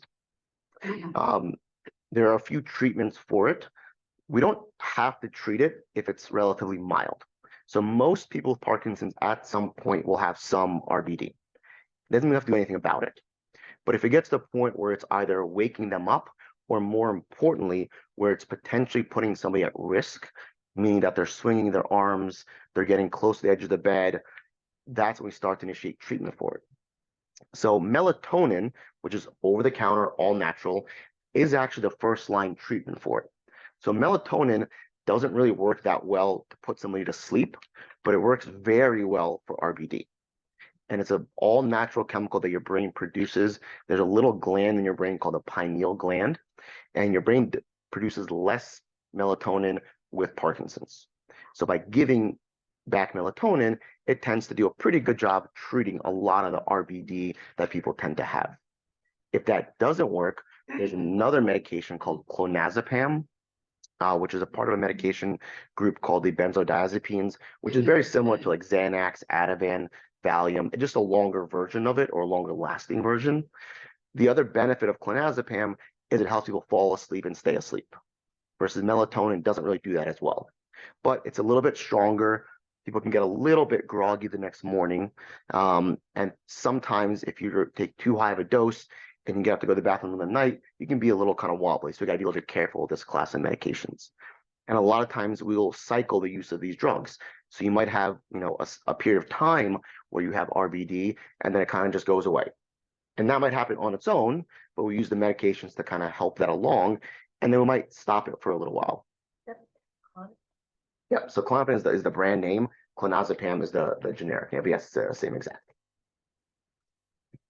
The next one is, yes. Aren't there some potential with long-term everyday use of benzoic diet? There is some data for high doses of benzos that may precipitate memory issues. It's very limited data, and you got to remember that although that can happen, what we know does happen is if you don't sleep well, you will absolutely develop memory problems. So a lot of times the benefits of the medication far outweigh the risks. We use pretty low doses. We're not using doses that we use for like severe anxiety or panic attacks. We use 0.25, 0.5, or even 1, relatively low doses. It's been very safe in Parkinson's. I've never really seen it cause any substantial negative aspects of it. So insomnia, which almost everyone on the planet has at some point in their life is difficulty falling asleep or difficulty staying asleep. This is certainly not unique to Parkinson's disease at all, but almost every single person with Parkinson's, whether they had perfect sleep their whole life or poor sleep, will have insomnia at some point. Parkinson's is known to affect the sleep architecture, and so that will affect your ability to fall asleep and stay asleep. So there are a lot of treatments for insomnia. The first step that I always do before reaching for any medication is what's called sleep hygiene. So really that comes down to making sure that when you're going to bed, you're giving your brain the best opportunity to fall asleep correctly. So that simply means turn off your screens, no phones, no tablets, no TVs, half an hour before bedtime. I want your brain to completely unwind and relax. We also find that particularly any kind of action before bed, like an action movie or even the news, will increase the risk of insomnia. So I say give it a half an hour, make sure that your brain is completely tuned off. Make sure that the bedroom has a good temperature, that the lights aren't too bright, you don't have a lot of noise, that it really is a good place to fall asleep. Avoid eating a lot or exercising a lot right before bed. Anything that's going to really change your blood flow, where your blood is flowing at night, will affect your ability to stay and fall asleep. Aside from that, there are some other non-medication ways of helping. So meditation is great, and that kind of goes back to the first point of turning your brain off, letting things kind of wind down, letting your brain calm down. Light therapy is also pretty, not new, but it has a lot of promise that's been shown. And I'll talk about this a little bit later, but it really comes down, it's not helping the insomnia specifically as much as helping your sleep architecture. And if you look at Amazon or Walmart, you'll see all these bright light therapies. 10,000 lux or higher is what we're aiming for. That has been shown to really improve your sleep architecture. 30 minutes twice a day during the day helps. And it kind of helps. So during the daytime, your brain is up, and at nighttime, you turn those lights off, and it kind of winds down. Then we get into medications. So I always start with the kind of more gentle medications. So like I said, melatonin doesn't always work, but for some people it does work. It's over the counter, so I always try that first. Clonazepam is another good medication because it helps with the RBD and the sleep. One of my favorites is actually mirtazapine or Remeron. So this is actually not a sleep medication. It's antidepressant. One of its biggest side effects is sleepiness. For some reason in the Parkinson's population, this drug has been a miracle. I've had patients where they've taken all sorts of drugs and nothing worked. They take mirtazapine and they sleep through the night. It's a very safe medication in Parkinson's. And not only does it help with the sleep, it also could help with anxiety and depression. And that's similar to the next medication, which is trazodone, which is also technically an antidepressant, but has some sleep benefits. I find it doesn't work quite as well as the mirtazapine, but it still works very well. Then sometimes I'll use something called Seroquel or quetiapine. So this is actually an antipsychotic medication, but we use it for multiple reasons in Parkinson's, one being hallucinations and the other being sleep problems in Parkinson's. There are some newer drugs on the market over the last couple of years that I've had some success with if the above 5 medications don't work. One is Quivic and one is Dayvigo. They work very differently than traditional sleep medications, and their mechanism is much safer than things like Ambien or Lunesta. If all else fails, I send to a sleep neurologist who can do a little further testing about your specific sleep cycle and sleep architecture to see what else can be done. Next is restless leg. So this is not really specifically tied to Parkinson's disease. You can have this with or without Parkinson's. I've had it before. It's a very uncomfortable feeling in your legs, this kind of creepy, crawly, electric sensation, hard to describe, where you feel like you have to move your legs or they're a little jumpy or fidgety. And if you get up to walk around, it goes away or it gets better. This tends to happen a little bit more frequently in Parkinson's than non-Parkinson's, but it can happen, for various conditions. And this can be a very debilitating condition because it can be very painful and very uncomfortable, and it can really prevent you from going to sleep for hours until we get this under control. Luckily, this is relatively easy to treat.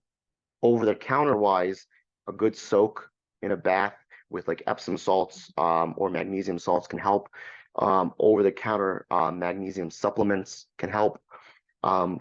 Iron tablets. So if you're deficient in iron, that's actually one of the most common causes of restless leg.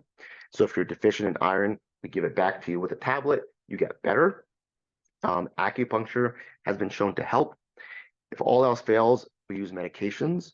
The first line is a medication called gabapentin, which has a ton of different uses. It's used for nerve pain, for sciatica, for joint pain, for sleep, for seizures, but it works very, very well for restless leg. And then we actually sometimes use the Parkinson's medications specifically for restless leg because there is some connection between lack of dopamine and restless leg. Finally, sleep apnea, which this is not particularly related to Parkinson's whatsoever, but it is probably the most detrimental of all of these sleep conditions because untreated sleep apnea increases the risk of heart attack and stroke. So this is something that, even though it's not specifically related to Parkinson's, we want this treated because it can affect the quality of your sleep and also increase the risk of some very serious conditions. So if you're snoring a lot, if you're waking up very briefly, and this oftentimes comes from family members or a spouse or a child or a home health aide that notice that you're waking up for microseconds and kind of gasping for air and going back to bed, you might not notice it as a patient. Somebody else has to notice it. We have to send you for a sleep study to see how bad it is. And a lot of times you will need like a CPAP machine or something to keep the pressure open so the lungs are actually getting oxygenation. Once kind of all that is taken care of, then we got to figure out, okay, so you're still sleepy during the day, whether it's a little bit or a lot. And it could be from any of those other conditions. It could be from some of the medications we give for Parkinson's. It could be from some of your other medications. So there's a few things that I always recommend if you're having any kind of daytime fatigue or sleepiness. So one is exercise. So exercise has a lot of different purposes. It's great to keep you awake. Get outdoors, natural sunlight, nothing beats natural sunlight. I talked briefly about the light therapy and it's helpful, but nothing will beat natural sunlight. Staying active is very important. Staying social is very important. This tends to be more of a problem in the wintertime when it's cold, rainy, snowy. People don't want to go outside. They get more fatigued during the day. It gets darker earlier. So this is a big, big problem really during the winter time. I find it less of a problem in the summer months, less of a problem in those who live in Florida or snowbird in Florida, but natural sunlight cannot be beat. If all that fails, there are a few medications that we sometimes use that are basically natural stimulants to kind of keep you awake. Because if you're sleeping all day, you're not going to be sleeping at night, you're not going to be able to exercise. So if it's the point where you're just kind of naturally sleeping all day, we sometimes have to use medications to boost that. It's not common that I have to do this, but there are times where we have to do something to naturally make you a little more awake. So that's all I had. That's just a picture of my son sleeping peacefully.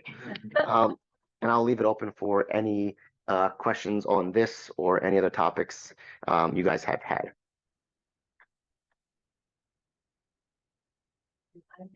Yes. Reverend seems to be well liked. I'm thinking my husband has had terrible sleep, the waking and the dreams and she's been on Ambien for a long time.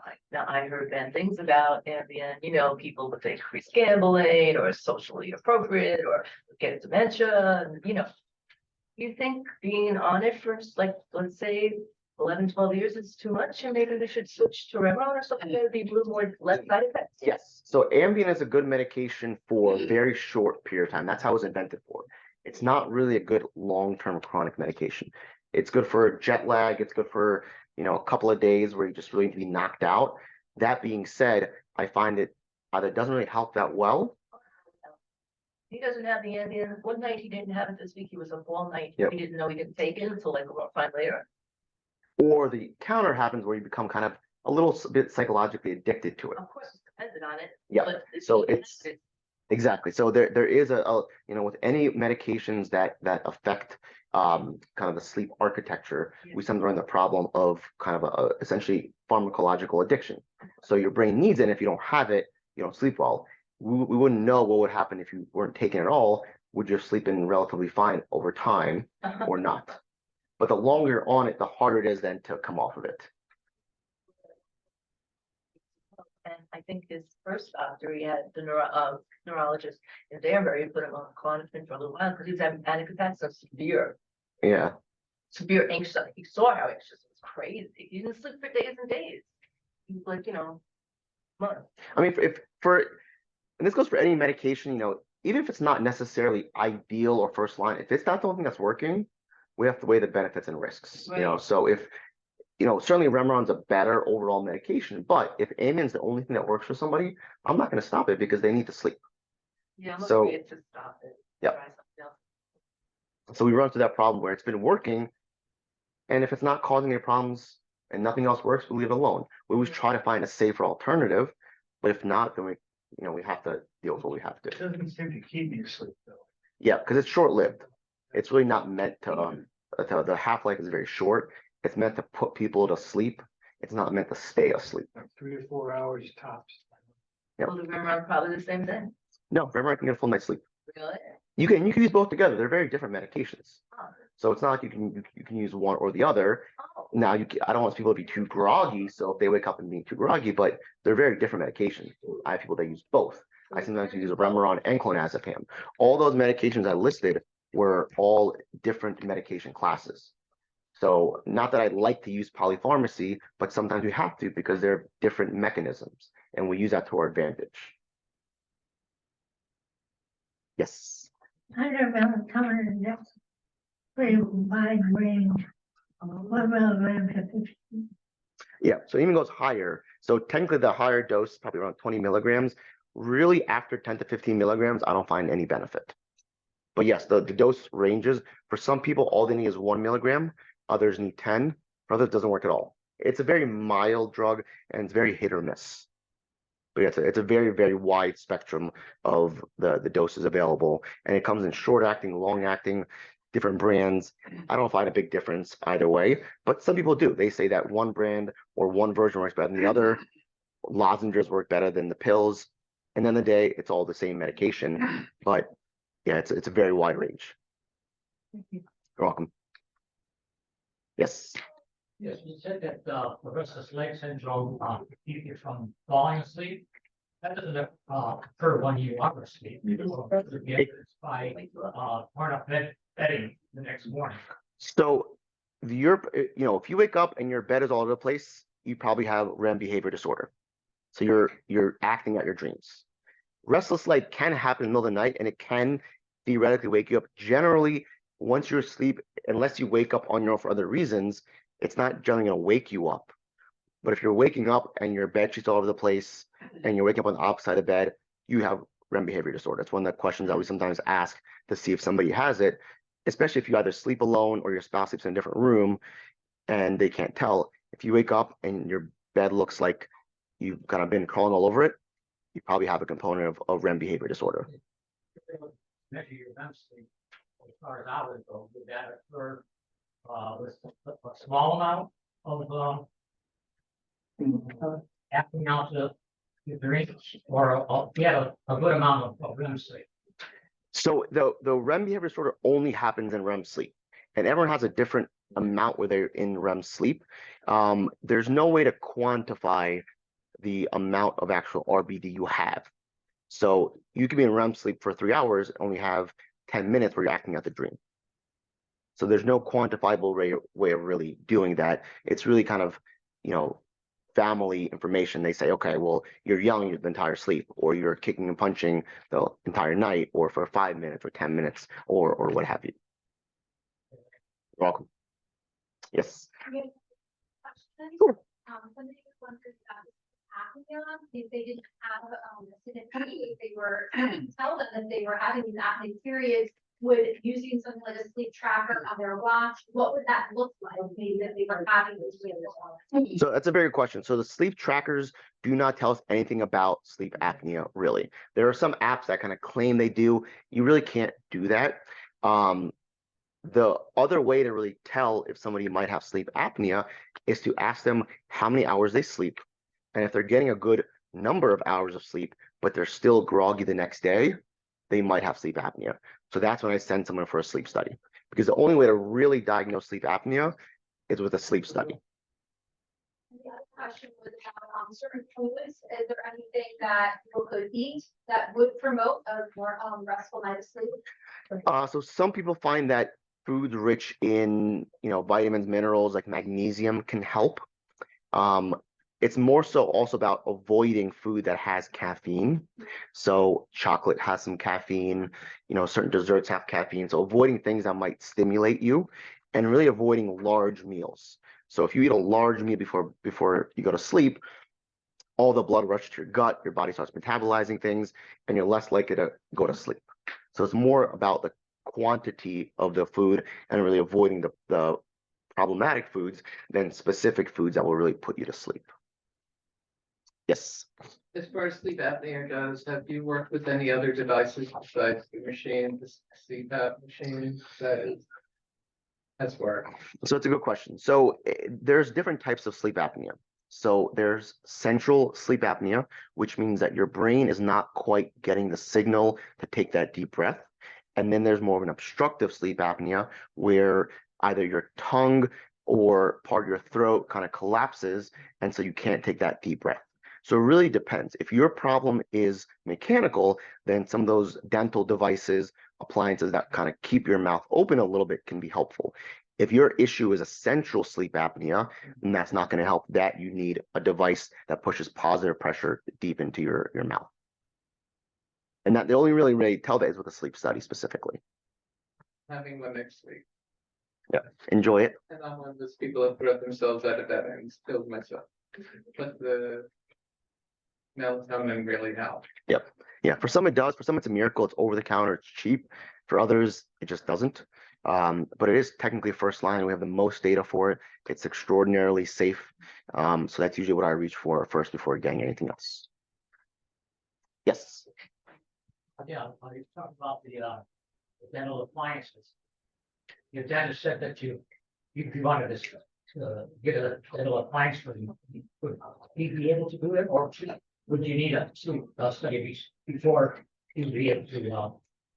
I would personally do a sleep study first, just to make sure that they're actually treating the right type of sleep apnea. Because when a dentist says it, they're just looking at your anatomy. You might not actually really have much sleep apnea. Now, if you know you have sleep apnea, and then dentist sees like a very large tongue, it might be reasonable to try it. That's usually an easier appliance to deal with than a whole sleep apnea machine, but they may be missing a component of central sleep apnea. So they could fix the appliance, that could be great, but you could still have sleep apnea, and then you wasted a certain amount of money getting the appliance that isn't always covered by insurance and oftentimes not covered, and then it's not going to be helpful. So I always say, get a full sleep study, make sure you know what you're dealing with before treating really anything. I think they actually ask for a number. I guess when you have a sleep study, they tell you a certain number or something like that. And then if it's over the number, then they won't be able to do it. Because Yep. I've had sleep studies before, but not since I've had Parkinson. Yep. Yes. If you have very vivid dreams, but you're not acting them out, is that going to destroy the quality of your sleep and cause you to be drowsy the next day? Not typically, no. So, vivid dreams, I didn't mention this, but I'm glad you brought that up. So vivid dreams are kind of a component of REM behavior disorder, but not really. And I treat it very similarly. So it's still treated with melatonin and clonazepam if we need to. The only time I really treat vivid dreams is if it bothers the patient. In and of itself, it's not affecting the quality of their sleep. It's not really causing any issues whatsoever. But if it's vivid and it's a negative vivid dream and you wake up confused or, afraid, that's when we start to treat it. But vivid doesn't mean bad. It could be a pleasant vivid dream, but it's not necessarily bad just because you have the vivid dream. It's only a problem if it then causes you to have fear in the morning or, fear of going to sleep because your dreams are so vivid. That's when you start treating it. Yes. I had a speaker last year say with melatonin, since it's a supplement and not regulated by the FDA, when you go to the drugstore, you don't really know how much you're getting. So any thoughts on how to actually know whether you're getting 1 milligram or 15 milligram if you go to the drugstore? And it's the same with any over-the-counter supplement. so you get vitamin C, for example, you have no clue where you're getting it from. As long as it's a reputable company, like Nature's Promise is a good one, they still have requirements. They're just not really looked at by the FDA. And with something like melatonin that's relatively cheap, I've never really had a problem. But yes, there's no way for you to know exactly what's in there. But that's the case for anything over the counter, whether it's vitamin C, vitamin D, anything. But as long as it's a reputable company, you're usually okay. Any other questions, comments? It could be about this, about something else. I'm open to anything.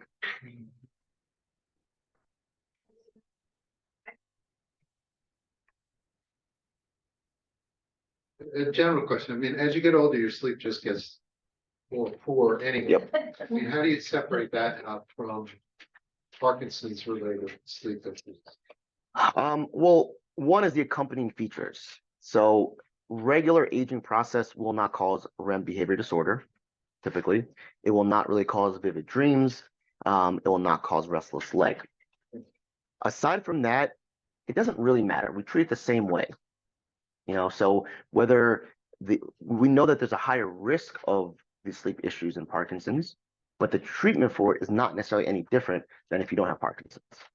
So we just tend to ask more about it because it was more prevalent in the Parkinson's population. But whether you have Parkinson's or not, and you have sleep issues, these are the same medications we could use. So it does, to a certain extent, it doesn't necessarily matter if we can tease it out or not. And how much caffeine is too much?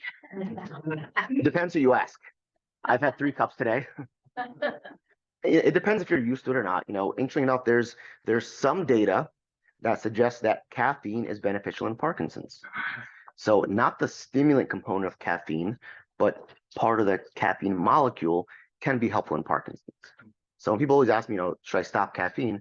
I say no, because there's some data that it's helpful. It also keeps you up during the day. As long as it's not affecting your ability to fall asleep, then it's not an issue. Don't take it too late. I'd say like 1 or 2 o'clock. After that, don't do it. Even decaf has some caffeine. You got to remember that soda has caffeine, that chocolate has caffeine, certain desserts have caffeine. So there's no set amount, but if you're not falling asleep well, I look at the caffeine intake and we try to reduce that. But there's no like concrete 2 cups a day is what you need. 1 cup is enough. 3 is too many. Everyone's just different. Yes. What does a sleep study entail? So a sleep study, there's a couple ways of doing it. The best way is really in the office. So it's an overnight sleep study where you are supposed to be kind of sleep deprived during the previous night. You come into the office, they put a bunch of electrodes on your head, and you fall asleep. And then the rest of it is just us monitoring your brainwave activity, your oxygen levels, how quickly you fall asleep, how quickly you stay asleep, how quickly you are in certain stages of sleep, how many times you wake up. So that's the kind of the data that we need. The rest is just you basically sleeping. There's an at-home version that's not quite as good as the in-office version, but for some people it's a good place to start. But it's basically just looking at your brain activity while you sleep. And it's usually done it's like a hotel-like suite in the office. Don't ask to go to the bathroom, they fucked you up. No. They don't like that idea. No. It's a process. Like an hour, they're gluing these things in your head, and then you're like, can I use the bathroom? They're like, seriously? Hopefully they asked you before they hooked you up, do you use the bathroom? Does that matter? No. You go before and you go during. It's like a car ride. That's right. The second you get on the highway, you gotta go to the bathroom. Well, thank you so much. You're absolutely welcome. Yeah, you can leave up the slide with your son, but that was it. I don't know. What did the day feel like, guys? Was it super long or did this fly by? Just enough. I think all of these little talks make the day go really quickly. I can't believe it's 2 o'clock, but then at the same time, I want more information. So it's really important that your survey tells us about that. Should these be longer? Should they be shorter? Should we have more break and mingle time? Was this too long to stay? Would you stay all day? How about the venue? Is this too small? Should we dream bigger? Oh my gosh. But please give us that information, and Chris over here and Susan and Purple Lanyards will take your surveys for you. And on your way out, They can direct you down to exercise class if you want to stay and move a little bit before you go home, or at least take your coupon and come back and visit us. But thank you all again. Zoom, thank you for staying on this whole time. This will be recorded if you missed some of it, and you can come back to our website and see the recording. And any last chats you can throw in there. But any questions, you can email me at kcampbell@rvnahealth.org, and we'll get you those resources. Thank you again. Signing off. You got access class now?